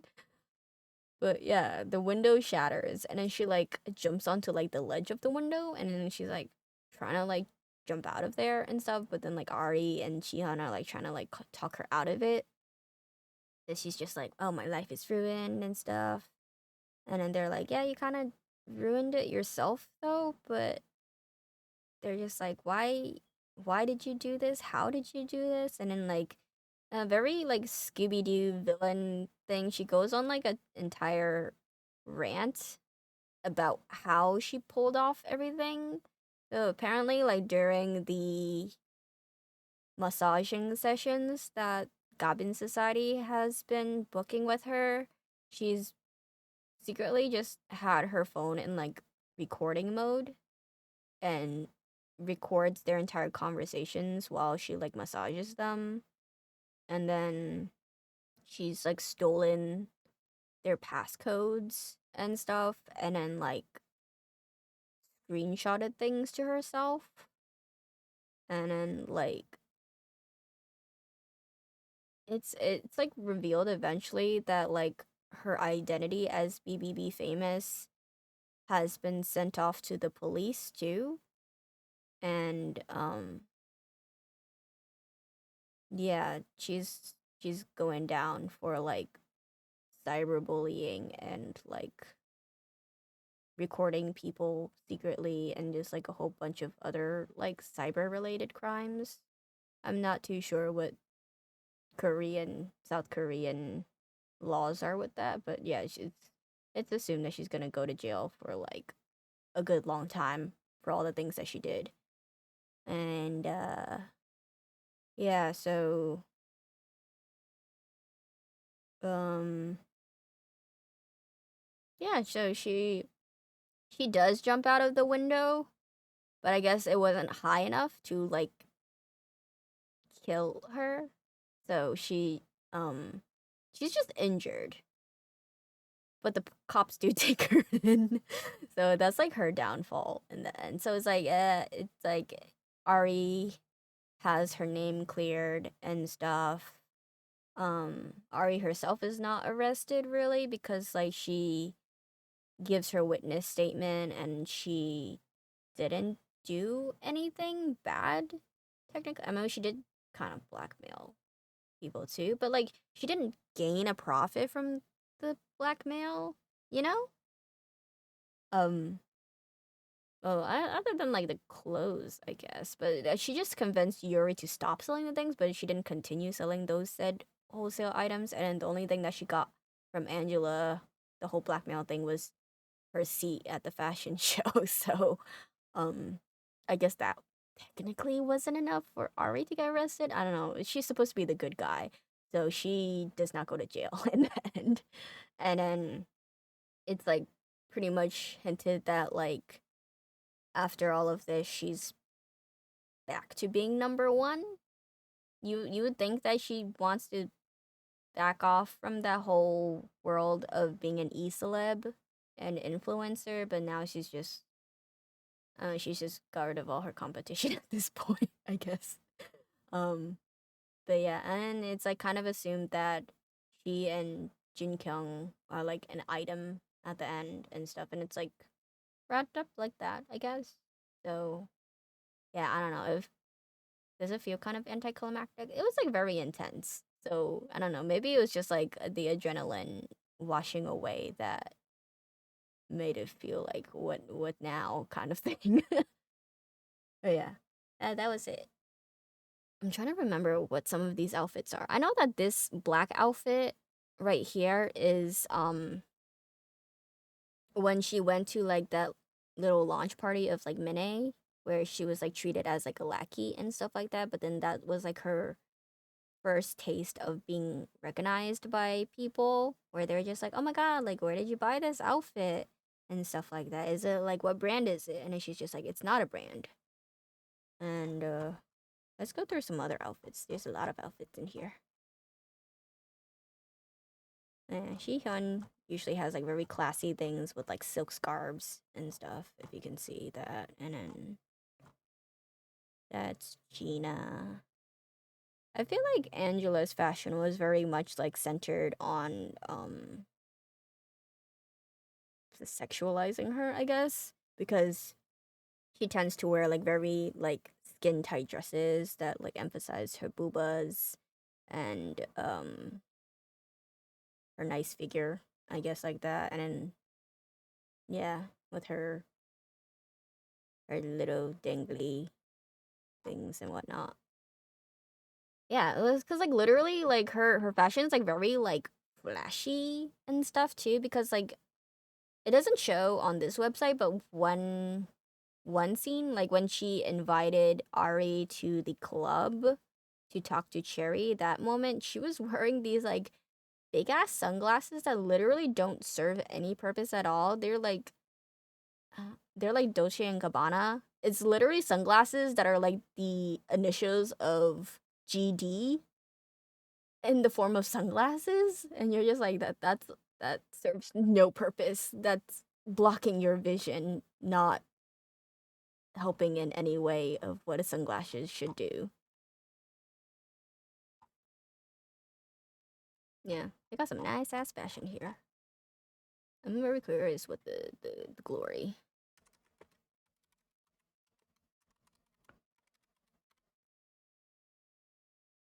Do do do do do.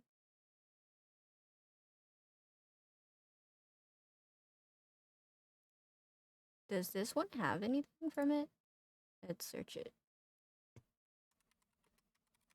But yeah, that's basically all of the glory. I guess they only have Park Yeonjin's outfit, which is the queen bee. But yeah, you saw that like even though she's a complete bitch, her style was fly as fuck. She's very pretty and elegant fashion. Well, she's also supposed to be a news anchor, so she's supposed to be like more classy and stuff, but she has like a white outfit. Alice and Olivia. I don't know that brand, but of course it's a Valentino bag. Even like her nightgowns is very like murderous widow, like flowy, silky pajama attire, nightgown attire. Ah, yeah, these are the renowned green shoes that like really like to zoom in on her feet in a lot of the scenes and stuff to like emphasize that the person that killed the guy was wearing these exact green shoes.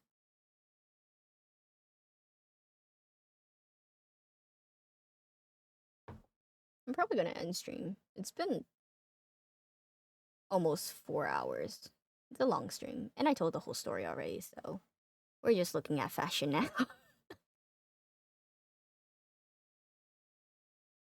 And she had really nice fashion too. Is this also Alice and Olivia? No, it's Grace Yu.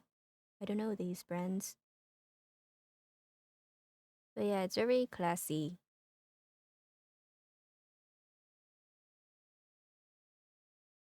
Versace. Yes. Them there.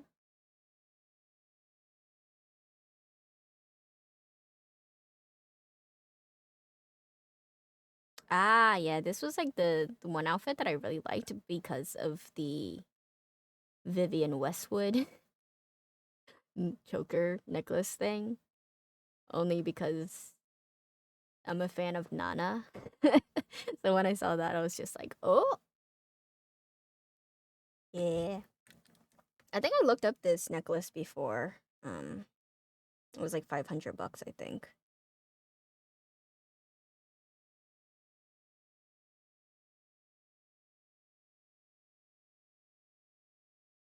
Yeah, it was like 500, almost 600, I think, for this choker pearl necklace thing.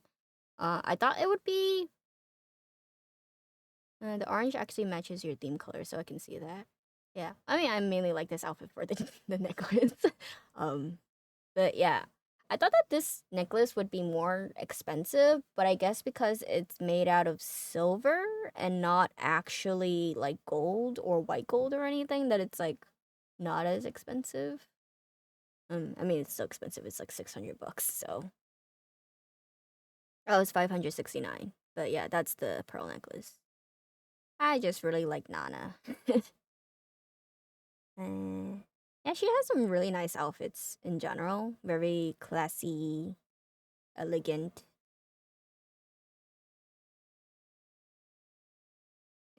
This coat is really cute too. Yep. Yeah. Uh, I don't know if I'm gonna do any other drama recaps. It's a lot of information to retain in my brain. And my brain can only retain information for X amount of time before it gets rewritten over by other information eventually. I probably could still recap the glory if I wanted to be honest, but like probably a lot of the information will be forgotten if I try to recap it now. If I didn't do like a memory refresher, but yeah. I wonder if it actually mentions what shoes those were. Those famous green shoes. The famous murder shoes. El Canto pink woven strapped mules? Is that the shoe? Color unavailable. Is it gonna load? Are those the shoes? No, those are different shoes. Oh, these are the shoes. Okay. Is it written above? Gray sea white color. No, this is the blouse. It's for this one, but then how come this description goes with this one below?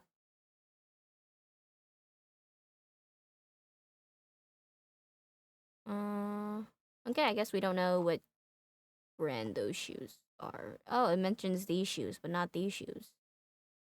It mentions the ones on the bottom on the floor, but the green shoes are not.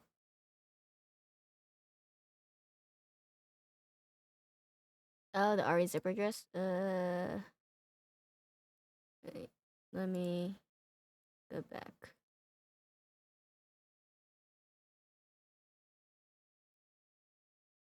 Oh, the black one.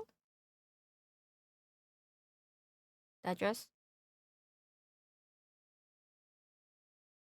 Yeah, I mean like go for it, I guess. Um, yeah, sure. Mm, yeah, it's like 5 o'clock now, and I've been streaming nearly 4 hours. So, do I want to do more drama recaps? I do like storytelling very much. Um, but yeah, maybe I'll do like movie recaps more. There's only so many dramas that I feel is like worthy enough to have like a story time because they're like very intense and very much keeps you keeps your attention versus like some dramas where it's just like more slow paced. Um yeah, so I might do some movie recaps. Like there's a lot of other dramas that I've watched, but I don't think yeah, they're interesting to watch, but they're not like keeping you on your tippy toes like these ones. Like obviously like The Glory and this one is like very intense. They're very much like revenge based ones. Um but I think other instances I'll probably do like just movie recaps. So I don't have to do split streams into like two streams tell the full story versus I could just tell it in one. So yeah, that's that. Um yeah, okay. I'm gonna end stream now and probably actually work on this art commission because I have not been drawing at all. I drew at the beginning and I was just like, you know what? I can't focus. So yeah. Yep.